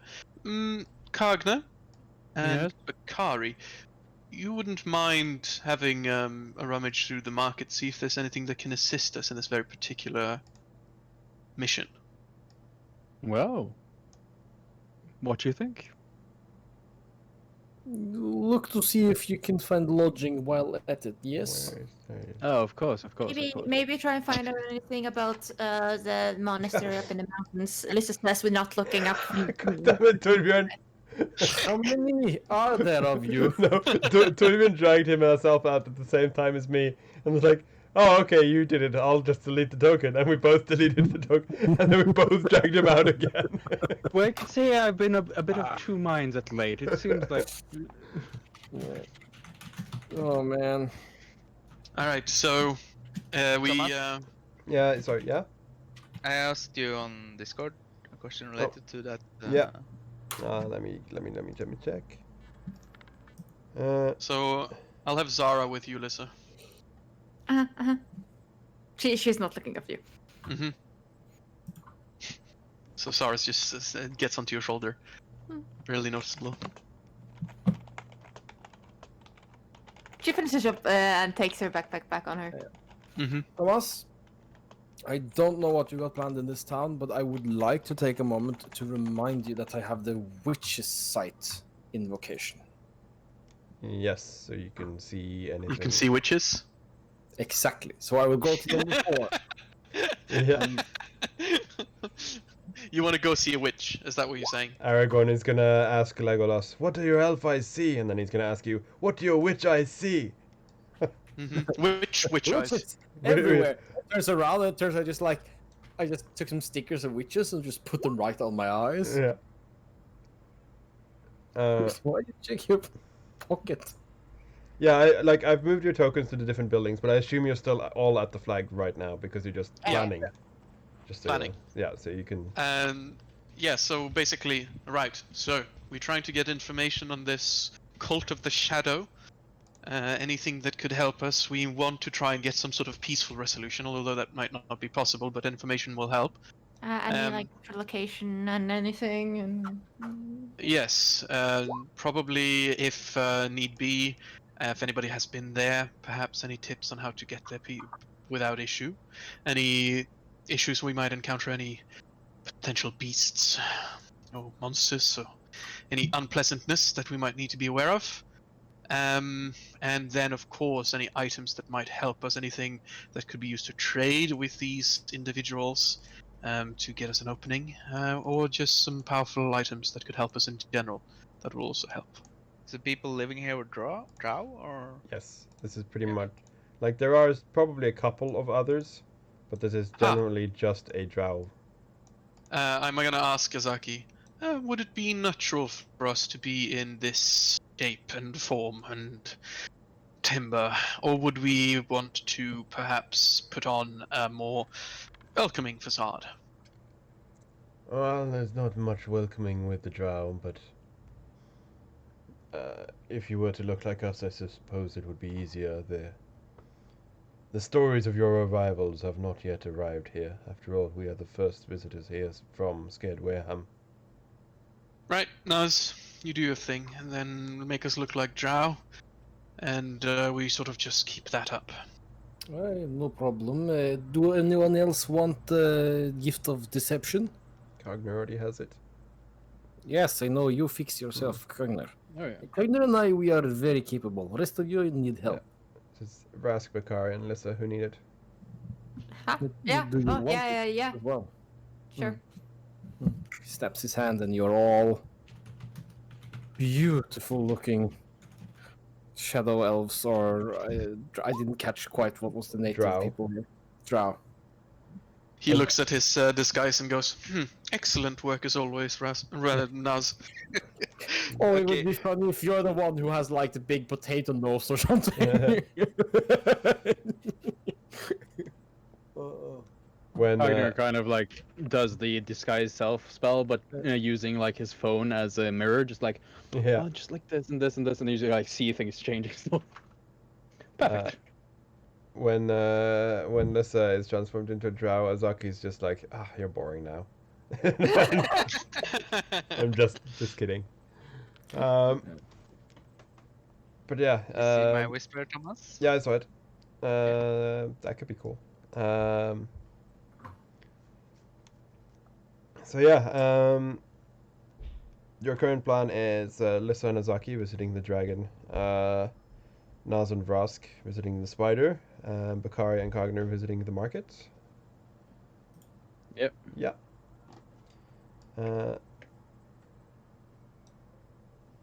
So then I suppose you all head off in each of your directions. Yeah, we do a 10 hut! No, we don't. So yeah, let us just start at the top. So Bakari and Cogner, the market. What were you doing specifically? Cogner. Yeah, Bakari. Bogner. Wagner. Kagadi. This is now shipped. I mean, you have been spending a lot of time together, playing chess. Interacting. Anyway, what are you doing in the market, the two of you? Doctor and Mister being the only two with like titles on your name. Well, Bakari could probably have been a doctor as well, but Yeah. Mister. If he had bothered with like delivering the thesis. yeah. We didn't get anything like a shopping list of things to get, right? No, it was just more to of see a if there's something useful. just general resources. We know we're covered on the most of the food front, assumedly, because of we haven't been really using rations that much since we've been in the Mansion. Yeah. So it's mostly just like getting like getting over like a good overview over what's available in the market. So you see, you see that the market it's like an indoor building, like a large hall, and there's lots of stalls inside the market, of all kinds. Mostly they're kind of divided into regions. So you've got like the produce area for food, and then you've got the armor and weapons, and then you've got the housing and stuff mostly. But there are a bit of mix and match of just, oh, there was no free spots over here, okay, I'll go over there instead. But they've tried to like organize it. And as I said, there's a reasonably sized produce area with like food and farming stuff.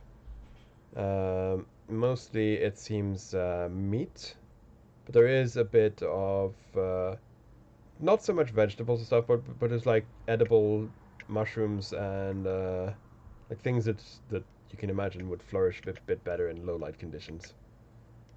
And then there's a fairly decent sized war type section with like armor and weapons and ammunition for arrows and bolts, and also a stand which is publicly openly selling poison, because That's not a that's not a I mean, yeah, it's not a secret assassin type thing in this culture. This is just like, yeah, you want to make your weapons stronger, add poison to them. That's just how yeah, things are. it's the very basic like this is just self-protection tools for going outside of the village or actually just living. Hmm. Gotta make sure, like I imagine like a mother or father just like teaching their kids how important it is to cook the poison just right, Yeah. so that you can like be sure that it will kill the thing that is attacking you. Yeah. It's like why waste 100 bullets or 100 arrows on a massive dire boar when you can just shoot it once with a poisoned arrow and then wait. Yeah. That's their logic. So there's a stand openly selling poisons. Um, so yeah, the war section is pretty big. And then there's a miscellaneous section where they have everything from furniture to jewelry and yeah, pretty much everything else. Um, Would casting magic in this area be considered you don't know. something you shouldn't do? You don't know. You haven't seen anyone cast any spells so far, at least. Yes. But as you So- do browse the stock, apart from the food section, you see that all the armor and weapons and furniture and jewelry and everything has a specific style to it. You see that everything is modeled in the Drow style. So efficiency first, like practicality, and spider motifs and web motifs second. That is just what they do. Everything like clothing, furniture, even like shields and breastplates have some web motive or spider logo or something. Hmm. Uh, Really gone hard in for the web. yeah. Gods. What if these people ever get access to the internet? Anyway, and Cogner is also like while they're doing like all of the looking around and shopping and things, Cogner is just doing like the trying to like just talk amongst the merchants, use the cover story of like, oh no, I'm from that other place that is weird, Oh, that you from Bailiff? is far, yeah, from Vailith, while he works his elegant socialite and just tries to like establish contacts and like figure out like what is the deal in this town? What is like Hmm. Well, Bakari would probably, on the way over here, ask if he should cast a spell to detect magical items. oh yes, absolutely. It's good to know if they have anything available. Because I'd need a few minutes to get that spell up as a ritual. Hmm. Right. You should probably do that before we step in. Or actually, if we could just find like a corner somewhere out of sight, and then you can just do your thing. Do you need a lot of space and mumbo jumbo for it, or do you just like need to hum for or chant for like 10 minutes? I need to hum. No, it is has a verbal component, so I will need to do some chanting. Yeah. Like just Bakari sitting down like a circle and putting out things. Just Yes. Yeah. Weird stuff for you. Cogner hanging out at the corner, just like looking out, just making sure that nobody just like stumbles upon them doing like weird magic in a street corner, Mm-hmm. in an alleyway. Then I would probably cast this one before we head up Yeah. to the. While you're casting that, It doesn't last long, so I'd probably just quickly get a, like as you described, overview of the market before we actually started to look at specific things. So I'd probably just quickly browse through the sections. yeah.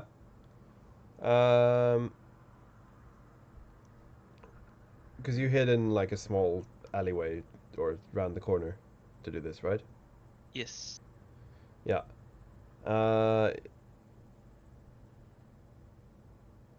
yeah. Okay. While you're doing that, Actually, I can just reveal it straight away. After you cast Detect Magic, you do notice something that you didn't at first glance notice in the market, but there is a loft as well, a second floor, which has like an open middle section, so you can see up. You just didn't notice it at first because of it being very dark, and you were focused on all the stars on the ground floor. Mhm. Yeah. But with Detect Magic, you just notice something glowing at the edge of your eyesight, and you look up and you see that there's a couple of drow floating in midair between the stalls, which are on the second floor. And looking around, you also see that there's no way up to the second floor. Huh. I mean, well, Yeah, you could fly yourself, but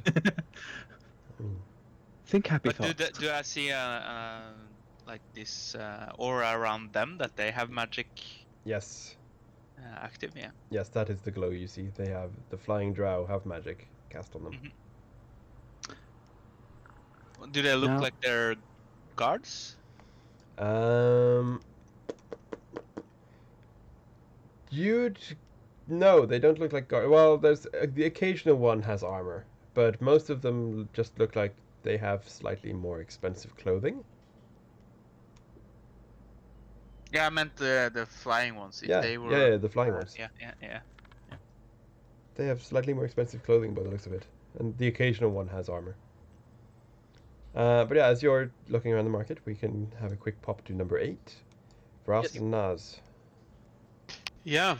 So as we move up, I kind of whisper to Naz. So, do you want to do this, or shall I? I guess we don't really need to do any facade at this point, but I'm guessing when we get to one certain matron, we might want to have a backstory. Nas kind of looks at Vrask and he looks tired. I'm not quite sure. Backstory: we are here to go to visit the temple. Yes. Mm-hmm. Right, but What backstory we need is temple. Is religion. Easy. I mean, we're not doing anything necessarily in the temple. We're just finding out the priestess and then going to the matron mother. But yeah, I guess we don't need to make it complicated. So yeah, I guess we just walk in and try to find. Ironically, this is not the place to weave a large web of lies, if you know what I'm saying. Haha, more web puns. At least it's good to see that you're in the mood still. You know me, just slinging them out there. Kind of just chuckles to himself as we take a step into the dreary, edgy-looking temple, I assume. Yeah, and I imagine that like Nas when he said that, he like turned around and just like stepped over backwards as he was making Spider-Man motions with his hands as he was saying that, like pew pew from his like hips. Yeah, this is strange temple. Yeah, you notice the same thing as Bakari and Cogner noticed, that the church itself is kind of reminiscent of a material plane church. Like, you can definitely tell that some of the things are like similar, like large windows or slits. There's a central tower. You have a massive open hall in the middle. You've got these huge decorated support pillars. So there's definitely some like similarity. But it is also clear that it is definitely like, it's not a Christian church. It has its own unique style. But you can like gather that, like, okay, so some of the symbolism is the same. You want a large hall because that is where the deity is supposed to be able to speak, etc. But inside it, on the outside it's pretty plain, but on the inside you see again like the same spider motifs. The central room is that the floor is made to look like it's got grooves in the floor carved in to make it look like a giant spider web. The altar itself is shaped to look like a spider. You also see that there is some actual spider webs, like in the corners and stuff. Obviously not cleaned away because that would be disrespectful.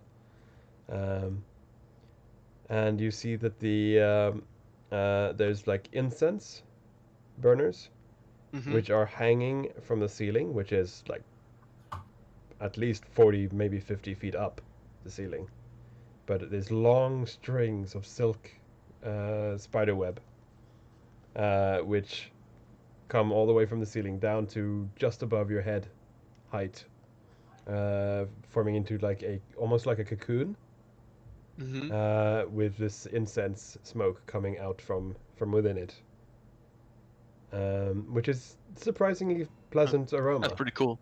That's pretty cool. Yeah. Yeah, I don't know if I'm quite understanding what's going on. You know what an incense burner is? You know, the one thing that the priests tend to like swing about to burn like incense. Like Yeah. Yeah. Okay, yeah. it looks like a spiderweb cocoon. Oh, and it's just hanging down from the middle of the room. Yeah, from the ceiling. There's like Okay. several of them scattered about, hanging from the ceiling, and they all have like this incense smoke coming out of a small cocoon, about the size of like an American football.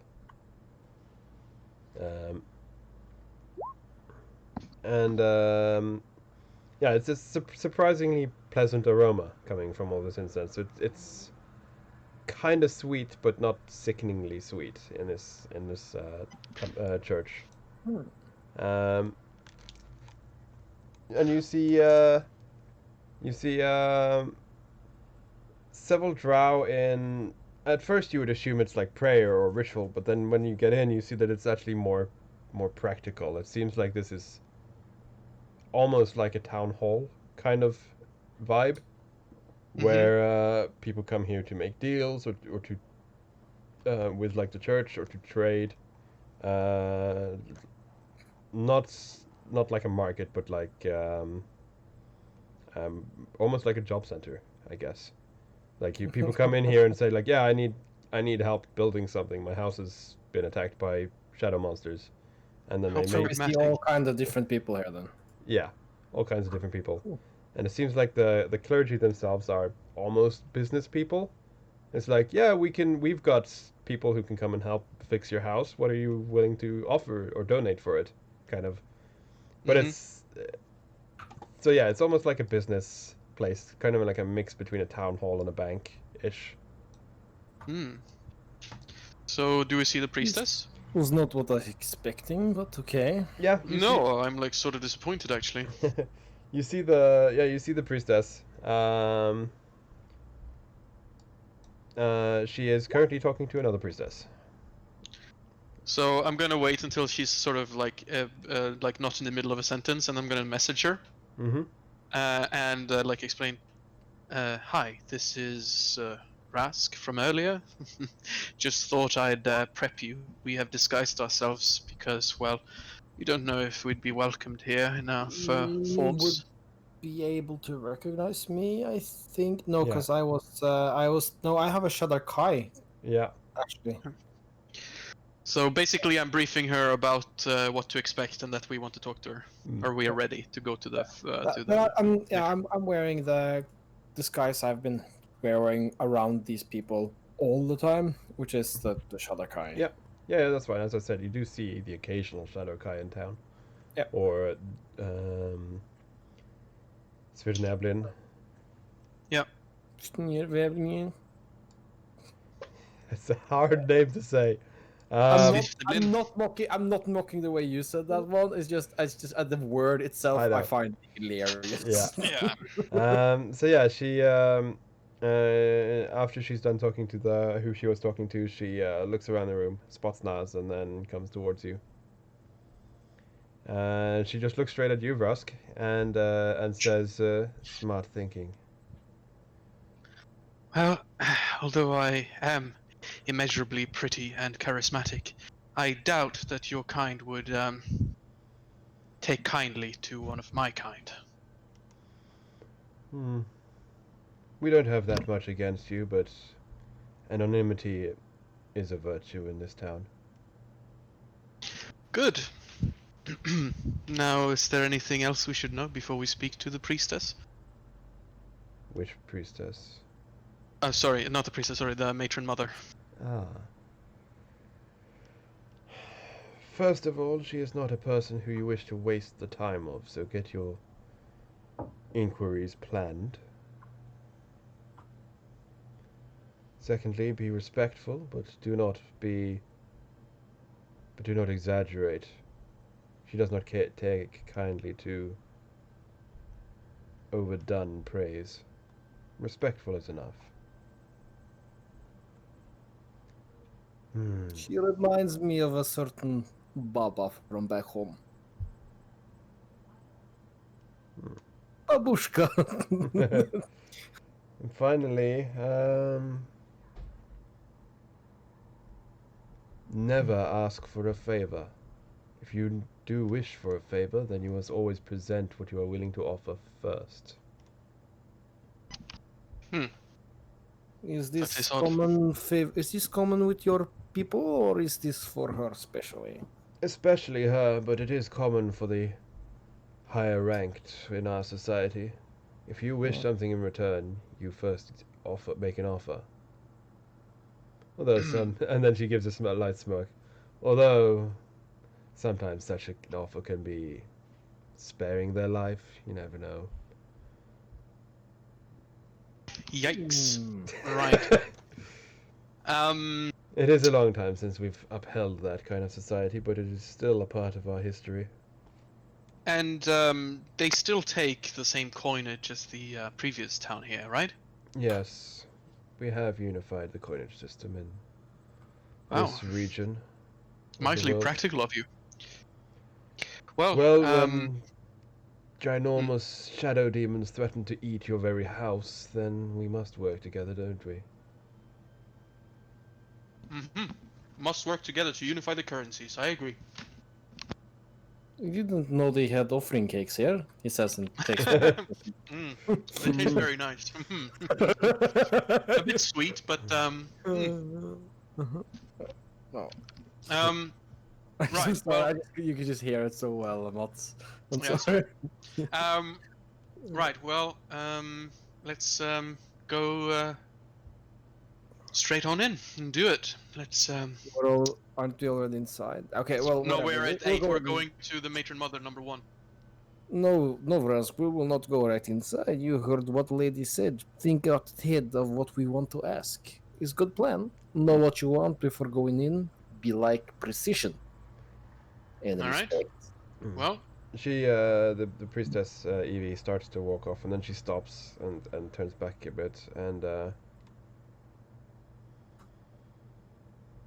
actually, one thing that might help you with your case. Leave a small donation in his church. A priestess other than me will thank you, and trust me, the matron mother will know of it. While it is not enough of a bargaining chip, it will help brighten her mood if she knows that you have been a patron of our deity. very clever. Hang on, and then he finds this bag of holding, rummages around, puts his arm deep in, and it looks comically hilarious.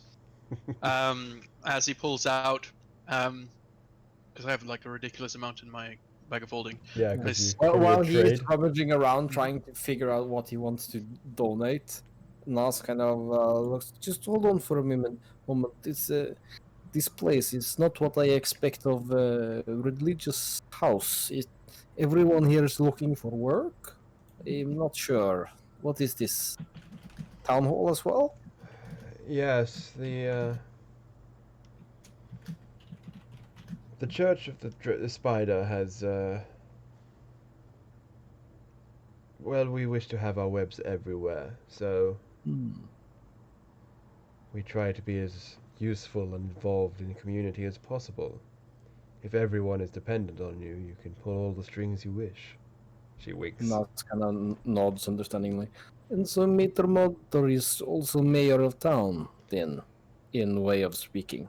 Matron Mother is indeed the mayor, as you wish to call it, of this town. She is who oversees this community, and most of the ruling families.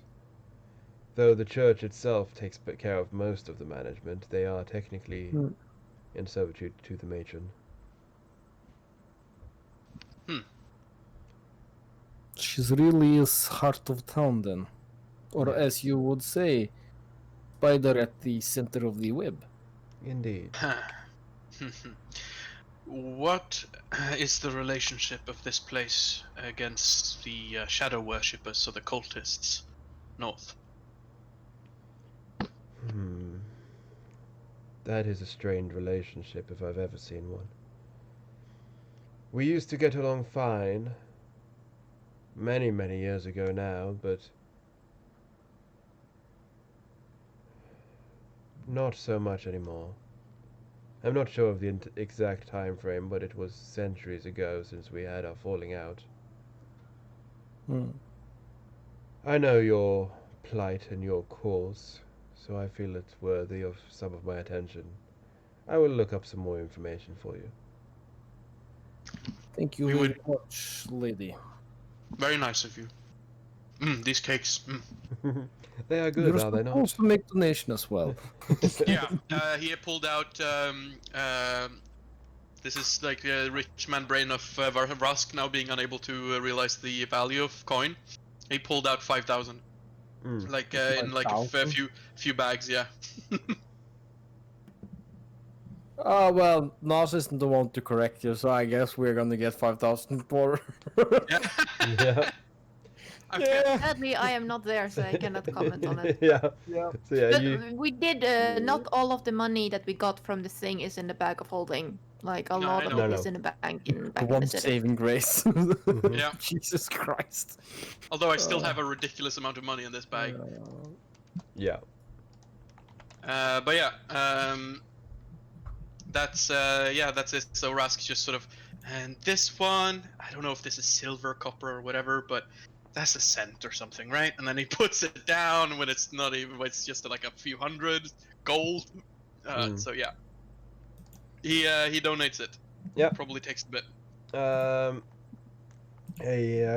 priestess close to the donation basket, whatever, coffer, I guess it's called, thanks you and gives you a small badge and says, for your most generous donation. And she gives one to both of you. They like this religion, got goodie bags. Thank you. But nothing, they hold nothing to Nenet, segment. Damn it, you need to get the name right. She looks at you, Naz, and says, oh, you are not aware of these. You are from out of town. Look at me, do I look like Drow? And he winks at you. Ooh. look like And then he Shadar winks Kai. at her like playfully. This is a crest of the church. It will grant you the ability to levitate. Oh, really? I try to jump.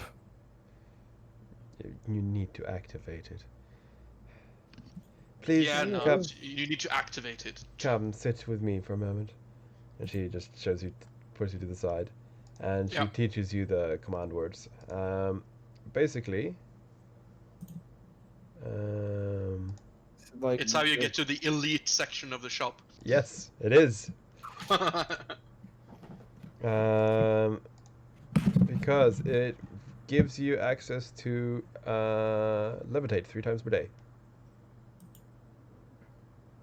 As if you cast the spells, you need to concentrate, right? Yeah, you still need to concentrate. It basically grants you the spell. It's pretty nice. Is this where Bakari wants to show off his ability to levitate with reverse gravity? I will add it to the Oh items I have. no! Is Lissa gonna be the only one that can't fly? Well, no. With Bakari's reverse gravity, you will absolutely be able to levitate as well. Yeah, but But at a very fixed height. Everybody will be able to levitate, Levitate for world whether peace. they want to Oh. or not. 50-foot radius. Right. So very very quick description, but there you go. Emblem of the spider. Oh, nice.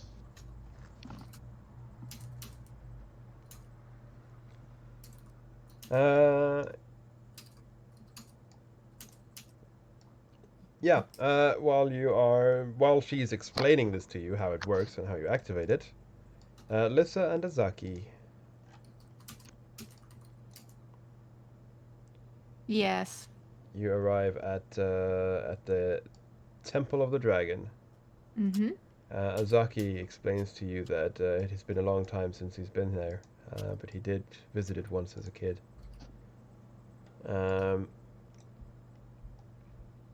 I ask what the Temple of the Dragon, kind of that religion, is about.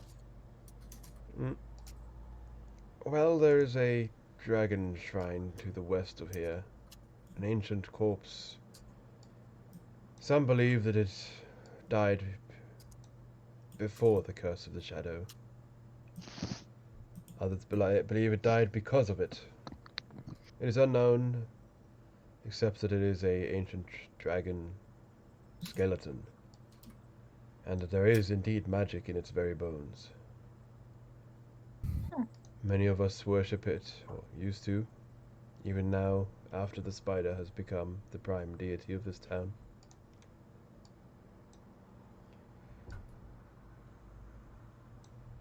My father, as I mentioned to your friends, my father was a member of the church, and that is why I visited as a child. I believe, in fact, that I am also registered, though I have never shown any faith in the order. So are you from this town? My parents were. Mm. And you arrive at the temple, and he says, if you believe that there was any kind of hospitality in the Drow, then you might as well forget that. These people are not very charming. Noted. And Anything I should avoid to do?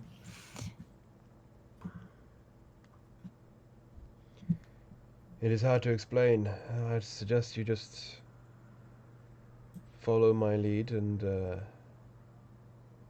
try and pick up. I will do as you do then. And he knocks on the door, and a small slit in the door slides open.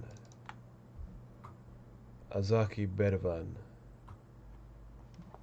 And the slit closes, and after a few, roughly 1 minute, 1 or 2 minutes, the door opens, and you are both welcomed in. Mm-hmm. Welcome, brother Beravan. You have not been here in a while, the doorman says, and Azaki says that you can tell that he's very truthful. He says that the Temple of the Dragon isn't really his thing. It was his father's, but he is here in hopes of gaining some, or having some questions answered. And I'm explaining this out of character because it's the kind of thing. Also, it's the kind of thing that Lissa is picking up on. Yeah. Because they're obviously talking a bit more. Not take she's gonna try and keep herself on the down low in this situation. So So you see, he is very honest, Azaki, very truthful about why he's here. But you do also tell that he is lying about some things. He is saying that you are his fiance. Because and you can gather immediately, like by the way the doorman asked, and you expected to bring a guest, kind of thing. And he's like, no, she is my fiance, and so she may enter, kind of. Okay, So you so gather- otherwise I would have been denied entry, kind of deal. Yeah. So he is lying about some things, but he is truthful about those he must be truthful about, sort of. Yeah.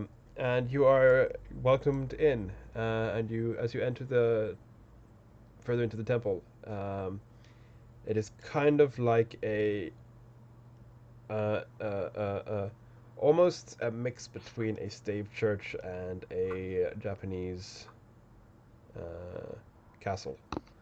Okay. So it's Yeah. like tiered upwards in like a pyramidal shape. Mm. And inside it seems like there's a lot less people walking around. Like you do see people. You do see a couple of people like talking, and some people are like sparring, training with swords and other weapons. Um, and occasionally you see a small shrine in the wall uh, with like a dragon statue, usually made from stone or similar. Some Does the kind of dragon carving. statue look Western or Eastern? It's mostly Western, like Okay. 4 legs and 2 wings. Hmm. Uh, and but it is like you cannot get any very specific details because they are stone and wood carvings. They're not Oh exactly yeah, accurate. just like is it a Yeah. very very European or is it Yeah, very no, Chinese? it's European. And eventually, you can't really spot. Like it looks like Azaki's looking for someone. And eventually, he finds someone he's looking for. You do not see what, like, if there were like any distinguishing features which told him that this was the right guy. You don't see any of that. But he approaches someone eventually and says, gives us like a polite military bow, and says that, excuse me, we have some questions we would like answered and perhaps a request. Is there anyone available who could help us? And the guy he's talking to says, questions? I can answer questions. As for favors, you may check the room on the right down there. And he points down a hallway. What questions do you have? And now Azaki turns directly to you and says,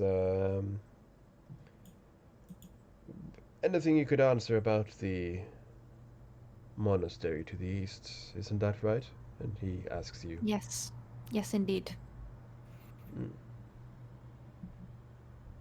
The man seems visibly annoyed by this. He says, those fools have nothing to do here. I wish they would just stay in their monastery instead of coming down here. Azaki presses on a bit and asks for an explanation, and the temple man says that basically he explains that the people from the monastery every now and then they come to this town, or they send representatives to this town because they want something from the temple's main shrine. Okay. Both of them? No, the shadow monks. They want something from the dragon's main shrine. Okay, yep. Which obviously the Temple of the Dragon is not willing to give up. The guy you're talking to is very, like, annoyed and put off by this. It is very clear that he does not like the Shadow Monks at all. Yeah? Sorry? I ask if that is a new development or if that's been going on for a while. He curses and says, since as long as he can remember, they have been, and then several curse words. Okay. Yeah. Yes, Azaki eventually thanks him and says, and asks you to follow him to the room where they might ask for favors. Mm-hmm. And then, as you walk off, he says that like, I figured it was best not to ask him any more questions. Yeah, he seemed a bit opinionated. Yeah. As we walk, I check my pockets again. Is there something you've lost, Lissa?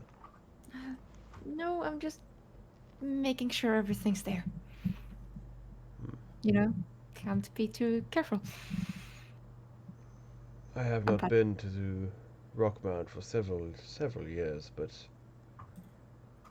last I heard, they did not have a thief problem. No, I You don't. need a- I don't think there's any specific thief problem here. I just need to be sure. You know. Very well. He raises his hand to knock on the door and then hesitates. Judging by the last guy, I suggest we might have a...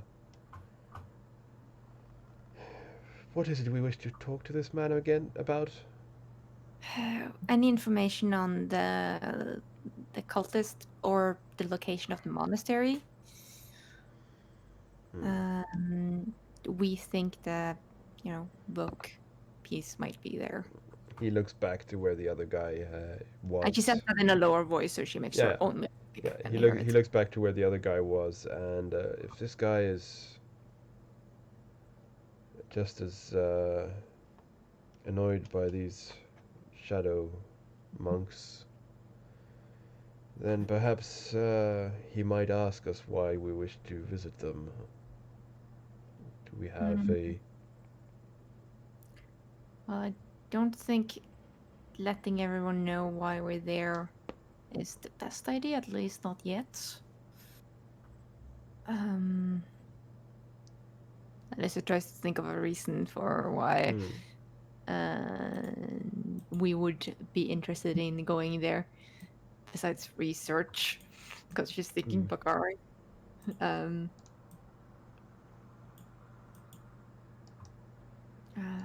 Okay, me, the player, is blanking, so would probably figure it out. Yeah.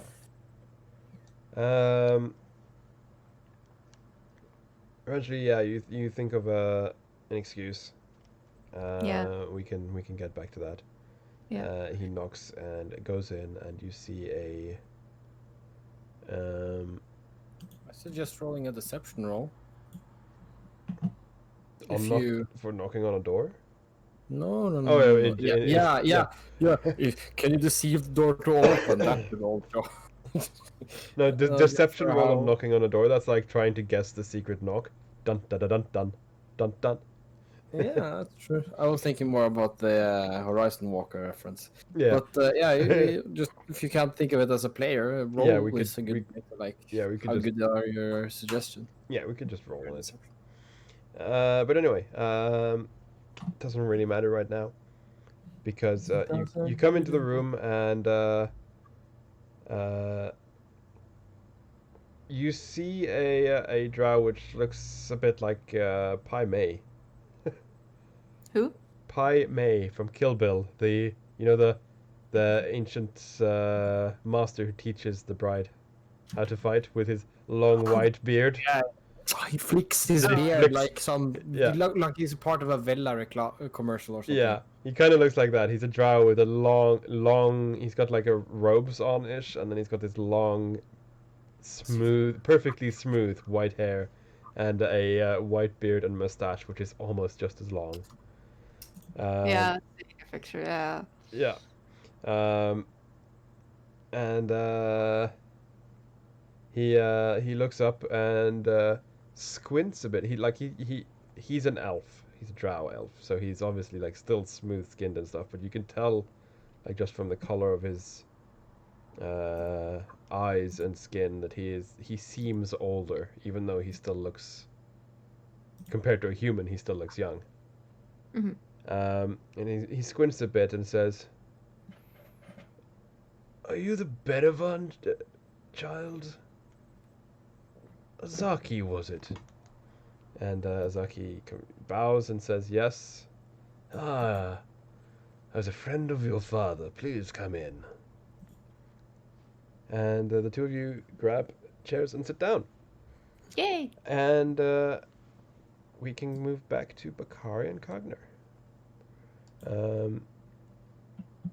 Is there anything specific you want to do in the market? Because I'm just going to say it straight out now. I am thinking of cutting the session now.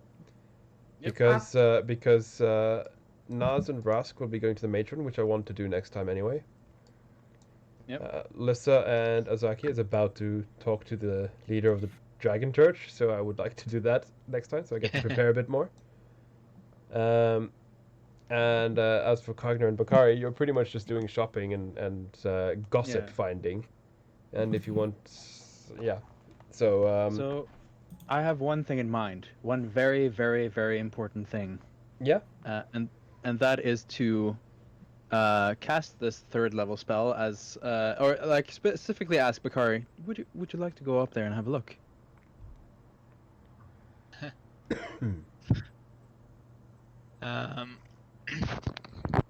Would we be able to see from ground level that there's actually items to shop up there as well, or do we just see the floating people? You see up on the 2nd floor. Hang on, I just need to charge my headset. Up on the 2nd floor, you see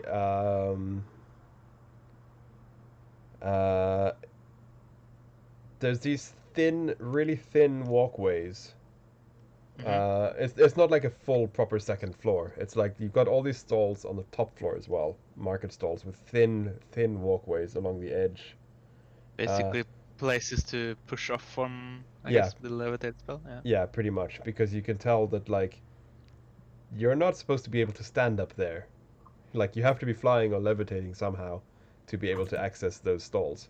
But there is indeed market stalls up there, and in the high roof as well, like even above the top floor market stalls, you see, because you're looking up and studying, you see all this, the spider webs of the natives apparently. Yeah, As, because from the ground level, it doesn't sound like there's anything we couldn't have gotten in the other city we came from. Are you saying this to maybe. Cogner? No, I'm just saying out loud as a player. Oh yeah. From the ground floor, stalls, there's nothing specific that stands out. No, you could have gotten all of this in the other place, but you can't see what the top floor is selling. Yeah, he gives a nod to Cogner. Yeah, so Cogner then basically just like rubs his hands together a bit and then make the movement as to like sprinkle something over Bakari as he casts fly on the both of them. And then like grabs his hand like, think happy thoughts, and then they both start lifting, or he starts lifting off at least. Yeah. They fly up there. Yeah.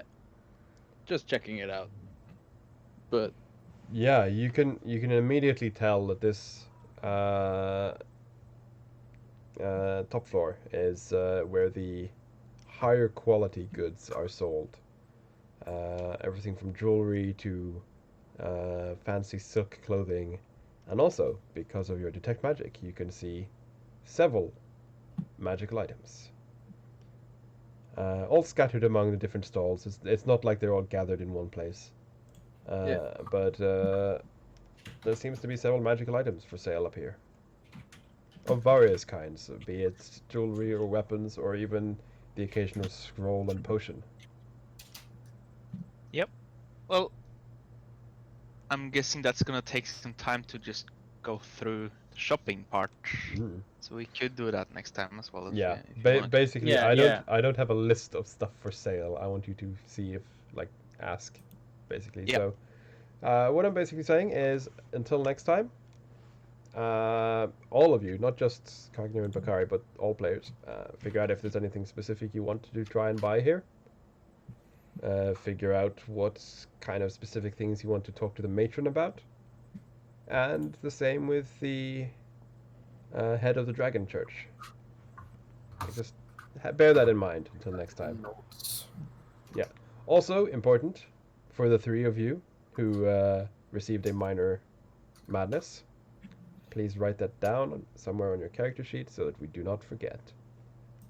Yeah, no, I've been playing up mine. Yeah, so. I know.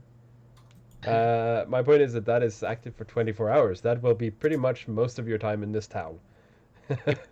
So bear I'm that hoping in mine mind. becomes relevant. Yeah, I'm hoping they all become relevant. Wrote further up, just when we came, that but Cogna, Bakari, and Lissa got minor madness. Yeah. I'm gonna write the time in the actual session notes too, Yeah. so that we know specifically. It's at wait, is it 17? Yeah, 5 o'clock on no 4 o'clock at day 17. Nice. Yeah. So then I will call it there. To the Yeah. stream. Thank you for watching. It was a painful start to the session with my headset going berserk. But Painful for you, you say? It But- was also painful with that. That was mind spike. sound. yeah, that's Mind spike. Yeah. yeah. That was a mind spike, yes. Static spike. Yeah. I don't know what happened at this. Yeah, because I hit multiple, so that was definitely a static spike. Synaptic static. That's it. Yeah. Yeah. But yeah, I have no idea what that was, and then my headset turning on and off after that. But yeah, replugging it apparently helped. Anyway, thank you so much for watching, and hopefully, apart from the minor issues, my PC has been doing fine. So we should be able to continue with our usual schedule. Nice. Thank you all for watching, and bye-bye. Bye.